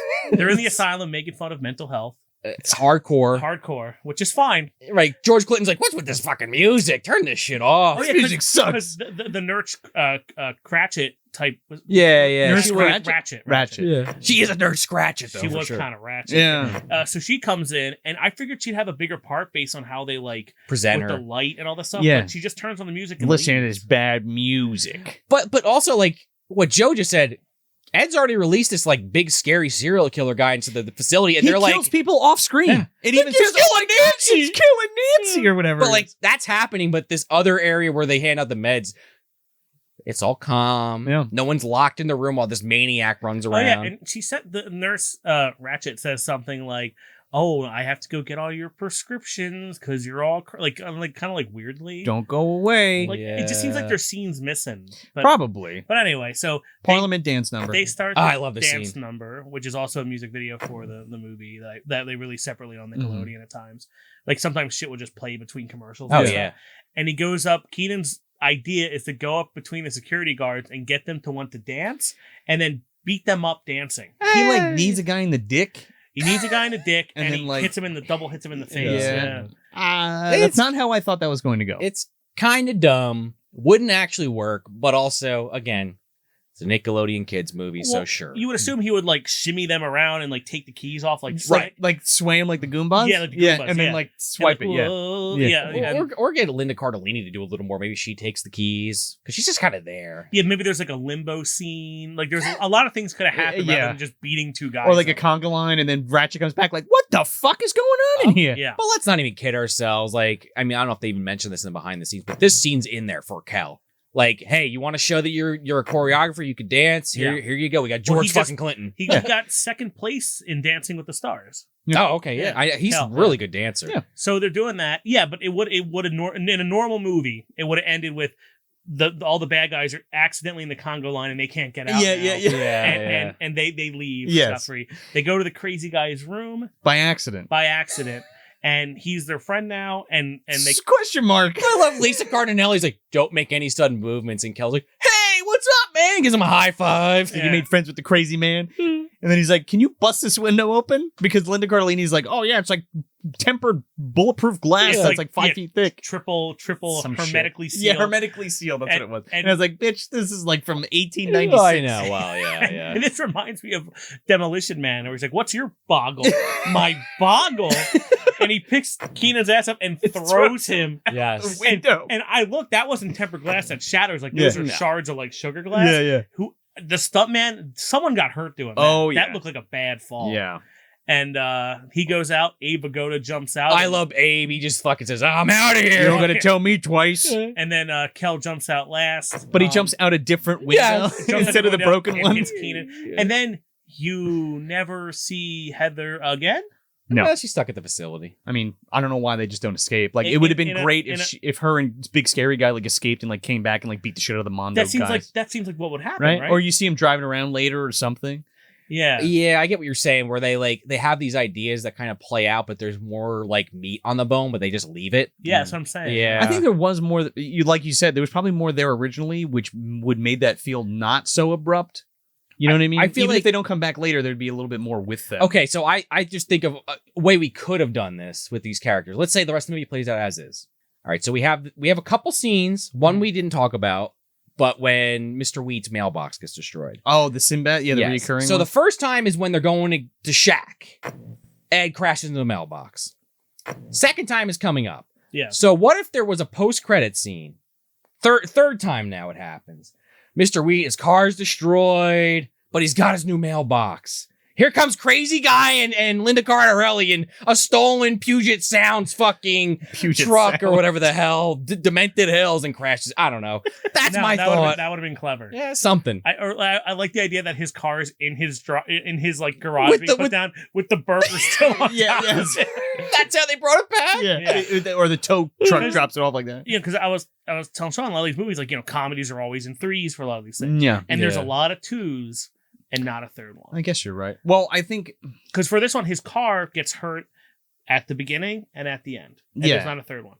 The mailbox, there's two, but not a third one. Like there's too many different pieces. I guess I they- get it, but it Yeah, adds yeah, to yeah. all the other things. Like, But I there's guess too they- much meat on the bone. I guess they compensated with that as the third, even though it's not the third. Like something that kept getting destroyed throughout the whole movie, but it wasn't the car specifically. is But I also- see what you mean.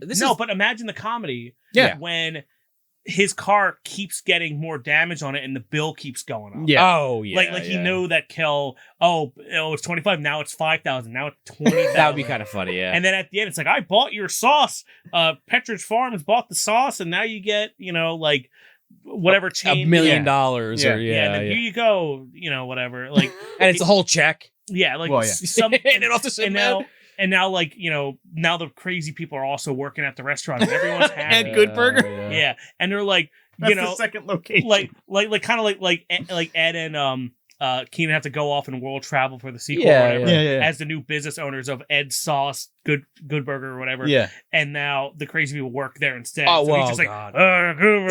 yeah. He's hanging out with Spatch. This could be way funnier. That I would wanna be redo fucking this movie. hilarious. That's what I'm saying. The movie could be way funnier. Let's just do a sweeted version of it. Yeah, so before the chase scene, something I noticed several times throughout the movie is when they're sitting at the scenes where they find out where the sauce is in that booth directly, behind Kenan, you always see a Blockbuster video sign, but it says Blockbuster Pavilion. I did not notice that. It says Blockbuster Pavilion, and I looked up online, like, what is Blockbuster What is that? Yeah. Pavilion? It's so it's a Blockbuster logo, but instead of Blockbuster Video, it says Blockbuster Pavilion. Is it a bunch of stores or is it like a superstore? It was supposed to be. They did test stores in LA. I looked it up, and people on Reddit and other places were talking about it. No shit. And it was a Blockbuster store that was kind of like also like Tower Records, where they had music CDs.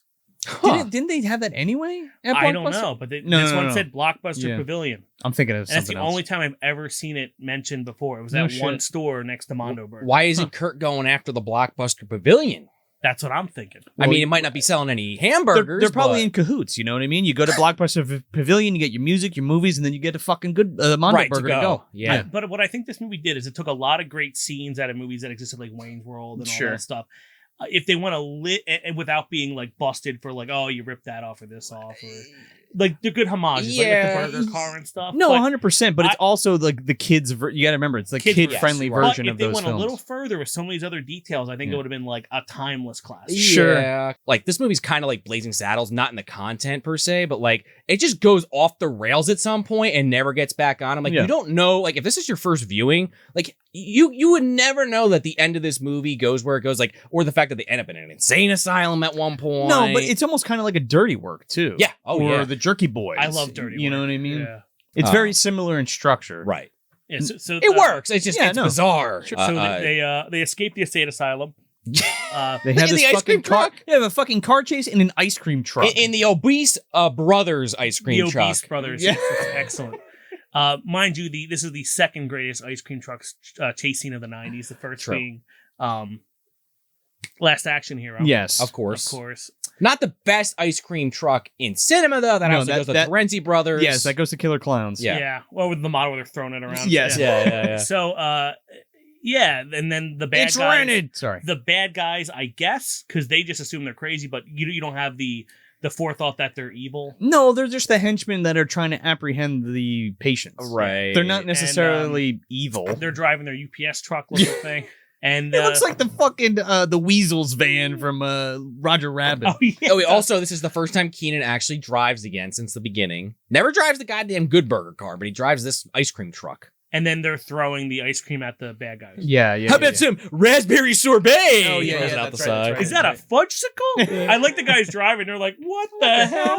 They're pretty good. Yeah. And then this is when they could make their way over to Sinbad's house, and he's putting out that brand new Oh, mailbox. they don't even hit it. The other truck. Yeah, well, they It lands swerve on top around of it. Yeah, they hit like a Dukes of Hazzard. Yeah. like Them a boy- ditch. Yeah, them boys get some fresh air. And Did you, it's- did you catch Sinbad's line right before they almost hit the No. thing? He goes, "Today on this old homie," because he's building his fucking thing. I like to think that ditch where they like take the ramp off, as Sinbad had to have his septic tank like fixed or something, and his lawn's just fucked, but he's got You this know what? nice mailbox. There might have been a second one that they cut out. True. Could Just be, saying. or you mean that third one? Right. But Yeah. but they're rushing back to Good Burger because they know about the shark poison, and we are, much like in other scenes in this film, getting kind of cut between them and Good Burger. Yeah, we 'cause we see them open the sauce. Yeah, because two old women are about to eat it because it's 10 o'clock in the morning, and I guess they're going for burgers at And 10. we need good burgers at 10 o'clock in the morning. And some good chunks. This is true. Including one very spry old woman that I just am assuming is Granny Van Dam. It could be. This woman knows how to fucking take a tackle. She also wants some extra sauce, so it could be. Oh, in the behind the scenes, she took that tackle 8 times in a row. It is Granny Van Dam. The old lady? Yeah. She got out of her Actually took wheelchair. that? Yeah. She was real limber. Stretched it out. Yeah. All right. Yeah. Hit me. Eight times. Well, Kenan, there was Kel's like, she keeps grabbing my dick. Is that okay? Is that in the contract? Stretches and like breaks all their, like cracks its back like that guy in Mortal Kombat. Oh yeah. Well, I think she was like a stunt woman or something. I'm sure. I Aged mean, her up a little bit. I got to Oh. make it a in-universe joke. I thought you meant like the actual old woman actress was fucking taking these fucking hits from Kel No, Mitchell. the- I'm like, wait, that doesn't seem right. The one who eats the burger was the same woman, I think. Okay. Yeah. But there was 2 of them. Oh, gotcha. So anyway, they get in time. They stop it. Oh, They say, poo! I wanted mustard. She puts this huge glob of mustard on there, by And the like way. eats it like at the fucking mustard station too. Well, Not that's, even that's like- the best shot they could get. They don't want to get her in the booth. They can't tackle her. Well, Kel had to open the door and be like, no. I like why she's doing it. The other lady's already eaten the shark poison. She's already keeled over in the fucking corner. But yeah, you're right. Then they go to Mondo Burger to kind of finish the score, and they tell everyone at Good Burger, like, don't worry, we'll explain later. Just call the cops. Yeah, call the cops. We need to get to fucking triathlon or whatever the fuck this shit is called. Don't feed anybody any Good Burgers.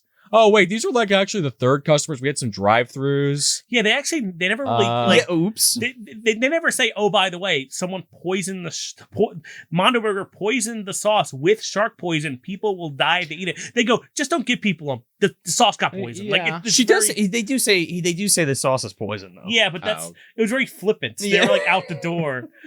They gotta fucking go. They gotta 'Cause, shut down like- this Like, operation. 'cause if we were at work and you're like, hey, orange soda's poison, I'd be like, oh, okay. yeah, oh wow. god, you already are. Well, Meanwhile- he did tackle an old woman, so True. maybe Oh, that that's was proof true. enough. Yeah. Yeah. Meanwhile, Abe Vigoda's got to hang back, pick up his blanket and his pillow. Hope that I nobody need a asks hot him about jacuzzi. that. Yeah, you need a hot jacuzzi. That's what he says. He's great. And then he just kind of fucks out of the movie. Because then we kind of go to this climax scene where They're fucking climbing up fucking Mondo Burger. They go just down. shimmy up the straw. Oh, don't forget, first they have to hide behind the rolled gold pretzel truck. Oh yeah. That just goes across the screen for 25 Product minutes. placement. Even my There you wife called that one out. I wonder how much Roll Gold put into Good Burger. I assume Frito-Lay owns them, and that was kind of like what they were doing. Sure. Because he comes in with Frito-Lay, like I don't know, Dorito. I don't know what. Some they make. shit. Right. I don't know who owns who anymore.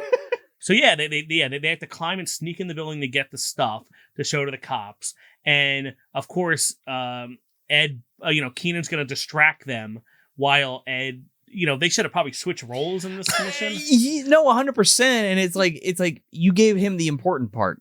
right? Yeah. Make Ed the distraction. But it turns out that Ed goes to get the triumphanol or whatever, triumphanol, whatever the fuck it is. Chemical X. Chemical X, and he dumps it in the fucking.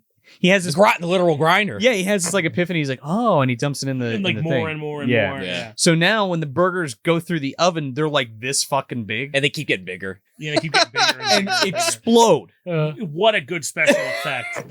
They're like, let's I don't know, blow them Love up. some burgers, Such yeah. a good, and the microwave. The microwaves. blows up. Yeah, the Everything microwave starts- blows up. and the building's shaking. Yeah. Yeah. I do wonder the logistics on the microwaves, but again, not trying to overthink this movie too there was a hard. gremlin in that one. Okay, That's what okay. happened. Yeah, Because- there was a dog in there too. Yeah, so, yeah, poodle. Because the bad guys catch Ed and they catch Kenan.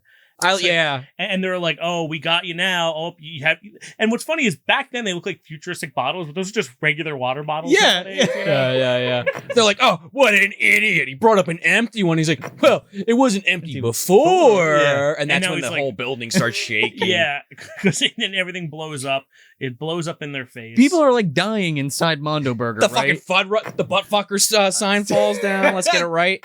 Yeah, and this is where the Infiniti J30 rolls up Yeah. with Mr. Wheat, and the burger falls right on top. Sinbad gets out. He's like, must be a shift change. I know, yeah. And this fucking burger falls off the top of this building and just completely decimates this It's like car. a flying saucer. You can Yeah. almost, it's great. I mean, it looks a little cheap, but who cares? Cheap. It's totally practical. Is it really? Yeah. It looks, They smashed that fucking car with that giant burger. When it first lifts off, it looks like a spaceship, but okay. Yeah, but again, remember this movie didn't have a lot of pre-production. True. And I was reading about how like they had to get that thing through the LA streets at 3 a.m. on like a flatbed truck because that's the only time they were allowed to move it there. Because they my built that God. entire place in like 10 days or something. That's insane. and they actually had to drop a crane on the car, like the burger. Yeah, and it's an iconic scene. Don't get me in the wrong. behind the scenes, Dan Schneider sitting in a freaking like director chair, and the burger's right behind him, and everyone's like slapping the burger. It's like really weird. Okay. So they run the fuck out. Like, yeah, the burger hits Mr. Wheat's car. The whole place is literally exploding over these oversized burgers. My favorite part is all these people run out of the building, Yeah. and the glass doors just shatter They just for shatter. no reason. Yeah. It's like they didn't like run through 'em and or the anything. stunt. and They had that burger shit in there too. They started expanding, obviously. It's also slow mo. Oh my god! Yeah, somebody's in the bathroom, explodes. they get blown through the Yeah. roof. They're like there's like stunt people running out with like hoods on and shit, so like the glass doesn't blow up in their face because it looks like it's all tempered. Yeah. That explodes like they were actual like glass doors yeah. from a place. I would have liked if they went a little further with it, almost like the Boys style, Yeah. where like it's like. Hey, you shouldn't eat that new Mondo burgers. I'll eat what I want, and then like he fucking Oh my cart God. fucking explodes. Yeah, Like fucking street trash. Or it's like the end of the Right. Simpsons movie. Instead of that burger just hitting Mr. Wheat's car, we just pan over to the burger, crushing him like Dr. Nick. Yeah, it lands on Sinbad instead of the car. goodbye everybody. I don't know what the line would be from him, but Probably like peace out. Or something. Yeah. So then, we cut forward to when all the fire trucks are fucking there at this point. Kurt's getting fucking hauled out. Kurt's going to jail. Kurt's going to jail. And now he's going in the grinder. Well, so is that like a cable guy thing, like Red Knight's going down thing? I just Ooh, have yeah, little Red Knight's cable going guy. down. Oh, Was Down, that down, 95? down. I don't know. Could be. it might have been. I just have all the C's are in the other room. Right. Right. I was gonna say I've been quoting it for years. I couldn't tell you. If it's from another movie, whatever. I'm quoting Good Burger. I've been saying it. For, No, for decades. no. I get what you're saying though. Yeah, the way that they sing it yeah. is It's very a similar. reference. Yeah. So maybe Uh, they were fans of Cable Guy. Anyway, They could have been. They could have been. it's Ed's favorite movie. Yeah. Him and Kenan watched it. They hung out. Could you imagine a Um, movie with Ed and Jim Carrey from the Cable Guy? Ooh, I would kind of be into that. Let's Swede that one too. Okay. But yeah, so he gets taken to jail and they're laughing at him, and it kind of makes me think of the end of Home Alone 2. it's weird because they're already cuffing him before they know anything's wrong. He's like, yeah, what did you blow something up in there? And then Keenan's like, oh, by the way, they put a bunch of chemicals in those burgers. And he's like, no, we didn't. They're lies. And he brings out one of the canisters. He's like, yeah, well, what's this then? We'll see what's true or false. Why would the cops care about that? I don't know. That's more like a problem for the EPA, honestly, but Could be.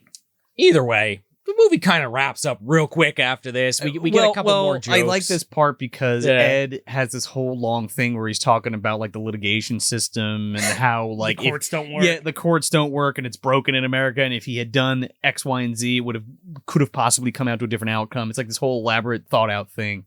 So I had to pour the stuff in there. Yeah, Right, like they could have denied it or whatever. Yeah, And he's like, you thought about all that? Of course, I'm not stupid. Yeah, which is funny because I thought for some reason, again, I was having some kind of Mandela effect where like I thought Ed knew that Kenan was like fucking him over in that contract, but didn't care because he was friends with him. I mean, he's definitely But that doesn't happen. in this scene painted as like I don't know. Wow. Like he was more aware than you think he is. That's a very like bad Santa. Yeah. Where the little kid realizes he was getting screwed over the whole time, but didn't care because he wanted a friend. Yes, exactly. And they're missing that. Yeah. In our version of the reboot of Good Burger, That Good Burger happens, to yes. go. We Good will fix that. Yes. Right, because he reps up the contract and Ed's just like, whatever. It's just a goofball. He's actually very intelligent. He's like, oh, you don't want to be my friend anymore? It's because I'm black. He's like, That's what? a great one. That was a good one. But again, it's also a kid's movie, and it's like, Yeah, why is that That was in a there? little- Yeah, whatever. I got a laugh out of me when I watched it. I again. thought that line might have been in there because like he talked too much to Mr. Wheat or Yeah. something. Like Yeah. he could have got little. Like I thought something like that was gonna happen. But Well, put the pin on Mr. Wheat. Oh, When fucking Kenan comes up to him, nice looking car you got there. He's like, oh, please, help me push the burger off. I'll forget all the debt. Help me get the burger off. He's like, here's some money and I'll get you the next $1,500 at the end of the summer. yeah, here's half the money. But to your point before, Sinbad, when Kenan first crashes into him, he's like, I hate to do this, but I'm gonna put a black man in jail. And he's like, jail. Right. And then we kind of go like, hey, Ed, is there anything else you want to do? You saved Good Burger. That is a hell of a fucking ending, dude. Yeah, they put him like up on their shoulders. Everybody like C-3PO. rejoices, and they're like, Ed, and he's like, what? And they're like, Ed, he's like, what? you have anything to say? He's like only one thing, and then they Right to the camera. and it restarts exactly like the beginning of the movie. Yeah. Well, what a book-ended. It was- cinematic film. I love it though. Welcome to Good Burger, home of the Good Burger. Can I take your order?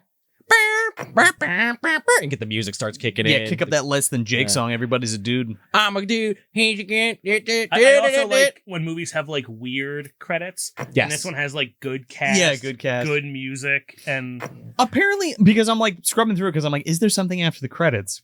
And just because I want to look, Yeah, yeah. but like I'm listening to the song, and that song is long as fuck. Oh, yeah. By the way, the Less Than Jake, I'm a dude, she's a dude song. But then Snoop Dogg kicks up, like at the end, yeah, Snoop Dogg too. and I'm like, they put Snoop Dogg on like the soundtrack, the Good Burger soundtrack.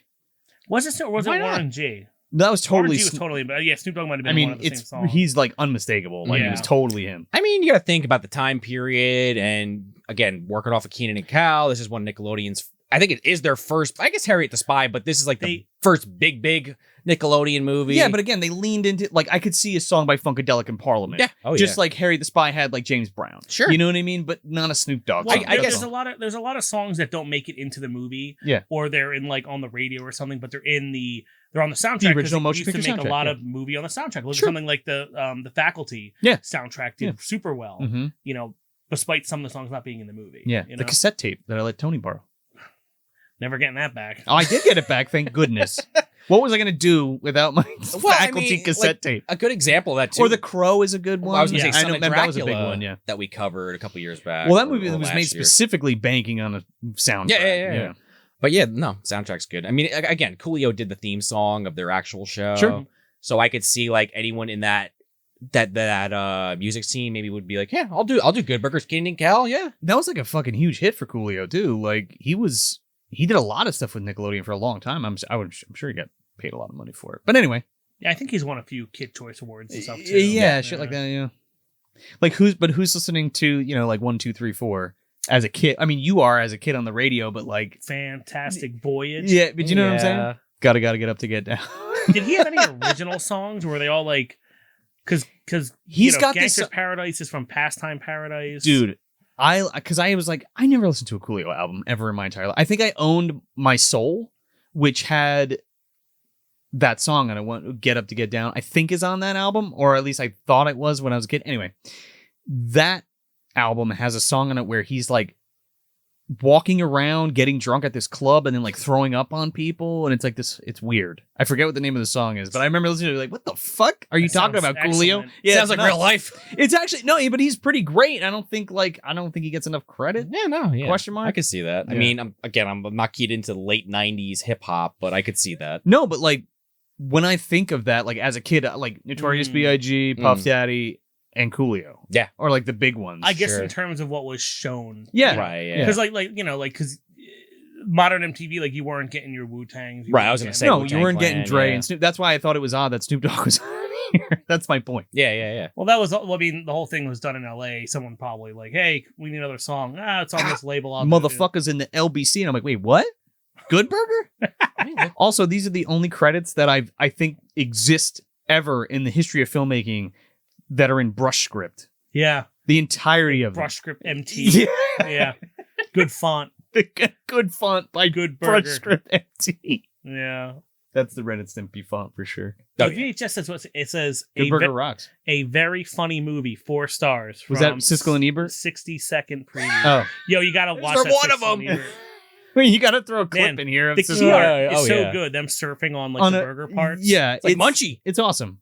I thought that would happen in the movie. Like Same. Like they sail down the Mondo Burger at Yeah, the end or yeah. something. Whoa. Maybe that was in the script, but they couldn't make it in the budget. Yeah, I mean On that's a pickle? Maybe. I wish there was more George Clinton in this movie. me too. Yeah. Good Burger rocks with good fun and rolls with a lot of laughs. But it says rolls like they're trying to, Like, on a Hamburger roll. roll. but Like it- on a sesame but they're seed doing bun. like rock and roll. What the hell does that mean? I don't know. Man, the Buzzwords. the They're like kids bolded. news network needs to shut the hell up. Oh my god. Was that like you ever in like high school, middle school? Remember, you had the TV in the class? Yeah, and like always. Channel 1 News would Yeah. come on. Yeah. That sucked. Yeah. Did. And now Maria Menounos just does like intros to movies at AMC Theater. Oh my god. Hi, I'm Maria Menounos, and this is your trivia minute. I've been showing up. I used to, because I'm pretty anal about a lot of stuff, but I like showing up to movies like super early. Yeah. Like if that movie's at 5:30, I'm there at 5. Yeah.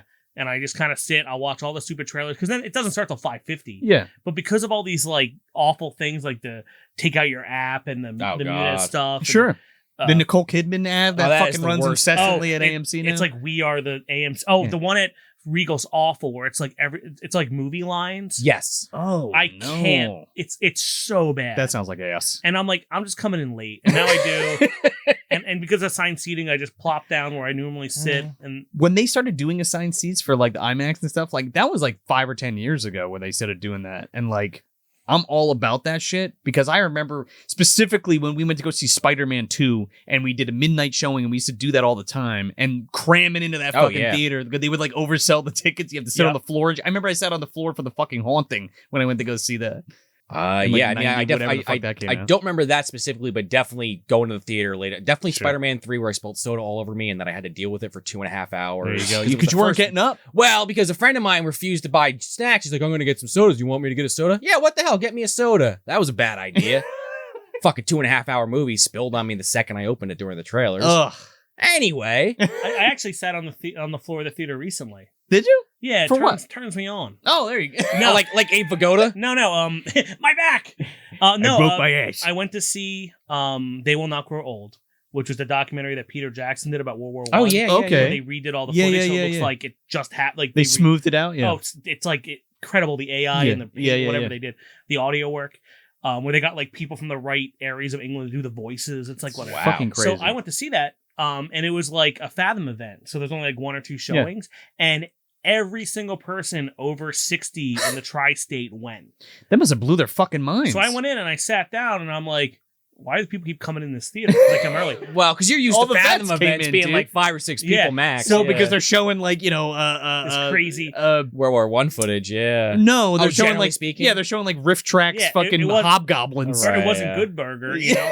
I mean, like I went to the Fathom event for when they did the Jurassic Park 3D. Yeah, whatever. I saw went, that too. and there was 2 people in the theater. Yeah, Mm. it was empty. Or Transformers 35th or whatever, or 40th. Yeah. 2 people. Yeah, Right. Star Trek 2 had their one. It Yeah. was just me. yeah. Like, so this theater was packed, and it was all old people, and everyone had wheelchairs, and it was like a mess. So I was like, oh, hey, sir, you know, there's like guys with veteran hats from World War One. The Kaiser's there. Go figure. You know, so I'm like, hey, you can sit here. I'll just sit on the floor, or whatever. And that was not a fun experience.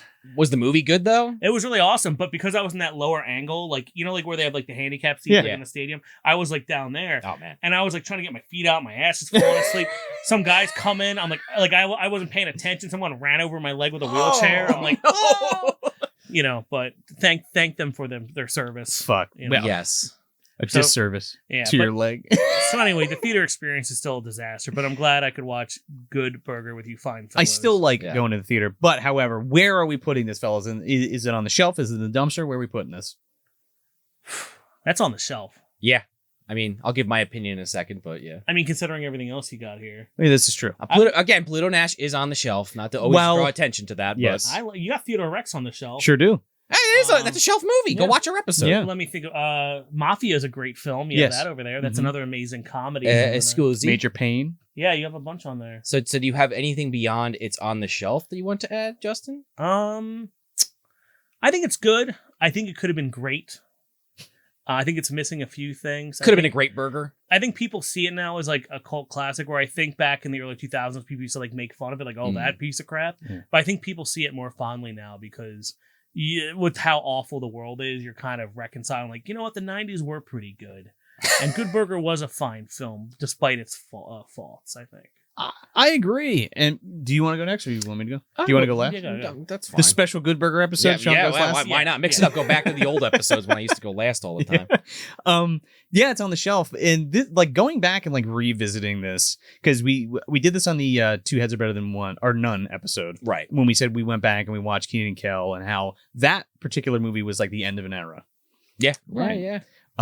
Way under budget. It looked like a really bad made-for-TV movie, which it was, and it was like the send-off, which we thought wasn't great or not the one that they deserved. They should have went out with Good Burger to go. But going back to this flick, it's actually it's well made. It's still funny. I thought I was gonna be like all welcome to Good Burger, home of the Good Burger out by the end of this. Yeah.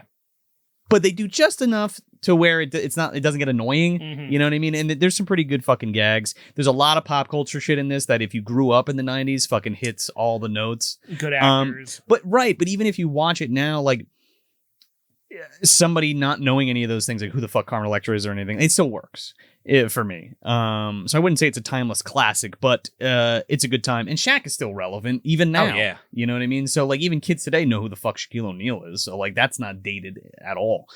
Maybe who the fuck are Kenan and Kel? Why you're gonna watch Good Burger unless some old fuckers like us tell them to. I don't know why. Right.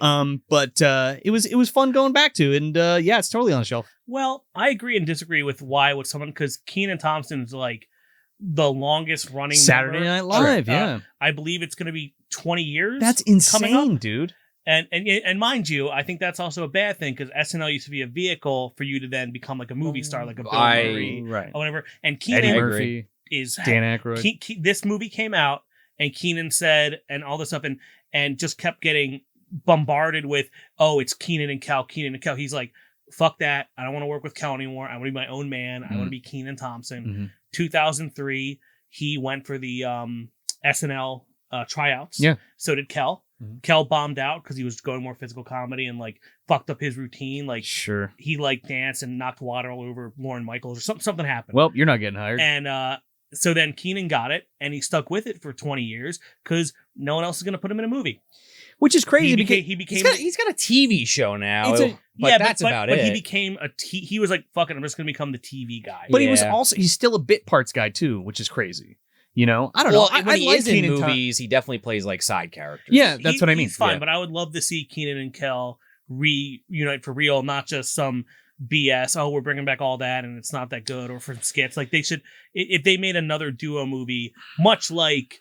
If Kenan and Kel did like a Bad Boys or something? Yeah, considering Bad Boys, considering Coming to America 2 with Arsenio Hall. And, man, I fucking loved Coming to America 2, but anyway. But you know, compared to Will Smith and Martin Lawrence or something like that, like I think they could come back for like I think people are missing these types of movies and still be relevant and funny. And they clearly have the chops for it, considering the Jimmy Fallon. Like they could go right back into those characters very easily. And also working off each other. Yeah, that's the key. I mean, before I give my opinion, which I'm sure is very obvious at this point, but it's like, you know, if they can do Clerks fucking 3, why not? Yeah. We'll see how that turns out. Well, I actually think the trailer looked pretty good, but that's fine. Not the point of my example. Let's see what happens when it's not just the trailer. Right? Well, obviously. I think those are Fathom events too. It's like a 3-run stint. Yeah, really? It's not like a... They're forewarning it, but it's limited release Fathom event thing. I am tepidly curious. It looked interesting at the very least. But this movie, I love this movie. I kind of said that already. It's not the best movie by any stretch, but Joe talks about this somewhat often on the show, movies you always go back to. And like, I try, but I definitely don't do that as much as Joe. And I don't know how you are with that, Justin, but like movies that you're like popping up yearly or once every few months that you're like, man, I just can't get enough of this. And this is a movie that I put on every year. Me and my wife watched it last year. I watched it again with her for this review, and I'll be watching it again next year, if not before that. I mean, I'll be editing this episode, so I'll be seeing a lot of Good Burger between now and the release of this. And it just doesn't get old for me. I had the VHS, as you can see, on this video version, DVD, and now Blu-ray. And again, maybe we'll eventually get that Criterion version with all that behind-the-scenes stuff in my lifetime. I'll just say, Criterion Good Burger. when I'm on my deathbed. Yeah. I'll be 95, 100 in a fucking hospital. They'll finally come out with it. I won't even see it. I'll die just from I'll put shock. it right between Brazil and Possession. Oh, there you go. This movie's just a lot of fun, like you guys have said. The acting's pretty great. I mean, there's a couple lines here or there you could see maybe they could have gotten another take out of the actor, but they didn't. Whatever. You don't know the circumstances on set. We referenced Mario Brothers earlier. As much as we enjoy that film, all the behind the scenes seemed like it was a nightmare. At least this, based on what Justin said, seemed like everyone was having a good time. Yeah, for sure. Yeah. Yeah, people should revisit this. I mean, and like Justin was saying too, like maybe at the time people were like kind of wishy-washy on this, but and I'll admit maybe I have some of those rose-tinted glasses on myself to a point, but nostalgia plays into this, but I do think it is just a funny movie. And like Joe was saying, Shaq's still kind of timeless. Mm-hmm. And if nothing else, if you don't know who Shaq is, you get the idea that it was like a popular sports person at the time. But I would be kind of curious, like 10 years from now, to see like people younger than us, what they think about it. But beyond that, I'm totally good with just watching this once a year for the rest of my life. Maybe 2 if I feel lucky. Maybe eventually get that 8K version in about 15 years. I'll watch it on that. Really see all those pimples on Kenan Thompson's face. The 4K UHD release. Yeah. So yeah, it's high on the shelf for me. Put it that way. Yeah. It's also a thing where it's not tethered to the source material in a way where you can't watch this in a standalone way, or present this to somebody and they go, "What the fuck is this?" It's probably better to watch it separately, in my opinion. Yeah, without even looking at the original sketches either, because it's its own contained thing. Like to prepare for this, because I prepare way too much for stuff. Like I watch the behind the scenes stuff. I watched the full movie. We appreciate that. I watched the movie for the review, which there is you always go. a good Yeah. thing. I checked out 5 or 6 of the old skits. Nickelodeon on their YouTube has all these like top 5 things to know about Good Burger and stuff like that. I was like, oh, this is really interesting, and learn some stuff. That's fucking cool. Though. I mean, I watched like 5 or 6 episodes of Kenan and Kel leading up this just because it's on Netflix and I like the show. Yeah, I would argue that that's a better lead into this than the actual sketches, because you get a feel for their style of comedy. That's what I was kind of going with that, where like I watched all that stuff and I just felt just going right into it or watching Kenan and Kel made more sense. Yeah. Because in those Kenan and Kel opening skits where like they did like the sign photo where they come in front of the red curtain and stuff to talk to the audience, that was like them. You know? Yeah, 100%. And I think you get some of that in this movie. Like this is more like them than they were in all that. Yeah. Especially Kenan. I mean, Kel obviously hamming it up that he's a moron for most of this film. Yeah, they were like exaggerated versions of themselves. Yeah. I do want to add that Brandon Rule, who is a fan of the show and has been in communication with us a lot. Oh, yeah. He has dubbed himself as the MDU chef. I'm into it based on the videos that were sent to us. Okay. I'm salivating just thinking about what he So we're going to include his MDU burger. Yes, I am looking forward to whatever that looks like, because again, what he sent us previously, I was like, oh my God, send us this immediately. Get the dry ice out. I don't know what you got to do. Get it to us. And we'll get you the recipe too, so you can make your own burger. Yeah. I'll be making myself some strawberry milkshakes. There you some go. Good shakes at home when I pound into one of those. For sure. But yeah, so Justin, where can everybody find you? You like get anything going on, like promoting anything, or like anywhere you want to send folks? No, you can just check out my social media. I have a Linktree thing at justysilverman.com. There you go. JUSTY. That's kind of my nickname sometimes. But yeah, you can. It's not hard to find me. Trust me. But no, I'm just, like we got a few video games coming out I can't really talk about yet. Very exciting stuff. Working on some video projects with you and some other people coming down the line, and just kind of chilling, watching stuff. Cool. For sure, man. Whatever. Doing conventions. Yeah. And then I guess after this review, we'll be moving into our next film, It's been a long time coming, Joe. I don't know if you- It's been a long ass time coming. Are you a Pinocchio fan, Justin? Not really. Well, this might not be for you, or maybe it will be for you. I think it'll be for you for sure. Is this the Jason Alexander one? No. No. And It's also not the Pauly Shore one either. And it's not the Paul Rubens one either. And it's also not the Tom Hanks one. And it's also not that Italian guy. You know that like Pinocchio is like the greatest thing to ever happen in Italy, and like 8 Pinocchio movies come out a year there. That's insane. Yeah, they love Pinocchio. It's also not the Jonathan Taylor Thomas movie either. Right. Oh, that one was fucking weird. Yeah, that was a weird one. No, it is Pinocchio's Revenge that we've been talking about doing on this show for, I feel like, the entire time we've been doing it. The Kevin S. Tenney classic, Pinocchio's Revenge, with effects by Gabe Bartalos. I'm very excited to talk about that movie. We'll wait till the review, but classic sounds about right. Yes, I love that flick. It's very, very good, so I'm excited to talk about it finally. We will also have, either by the time this is out or very soon, a commentary track with Justin. Yes. Just going to leave it at that because I don't know if we actually decided on that. I don't think we did. It's the first time I'm hearing about Then no. it. But I would We talked about doing it, but I told him about it. He's just saying this for the camera. No, I'll definitely do that. Yes, that was a great idea. So look forward to that. That's over on patreon.com/movie dumpster, $5 and $10 tiers. And we're also going to be bringing back our live shows. Either one may be out by now or will be coming out very soon. I'm not looking at a calendar, but they're coming back. They'll be on YouTube. Could be. And again, another good reason to sign for Patreon is to get the full entire live show of Magic Mayhem and Little Rubber Monsters, because we filmed all the live parts. Yes. So you will get the show as it was, right? With everything included. So you can watch it in the comfort of your own home, make some of the signature drinks from the event, get some swag, pick up some swag while you're watching, maybe. Justin was there. Justin was there. Signature drinks kicked my ass. I don't even remember. I was like crunk at that show.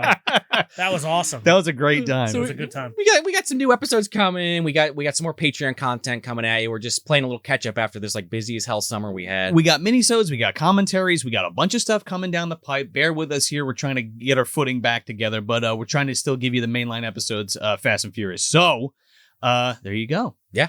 And again, as always, we appreciate you listening and watching, and we will catch you on the next episode. Yeah, if you guys need to review more Sinbad movies, let me know. Oh, you'll be we the will. first we'll call. We know where to find you. So that's it. That's Good Burger from 1997, directed by Brian Robbins. I'm Joel Escola. I'm Sean O'Rourke. And I'm Justin Silverman. Thanks for visiting Movie Dumpster, home of the Movie Dumpster. We'll catch you on the next one.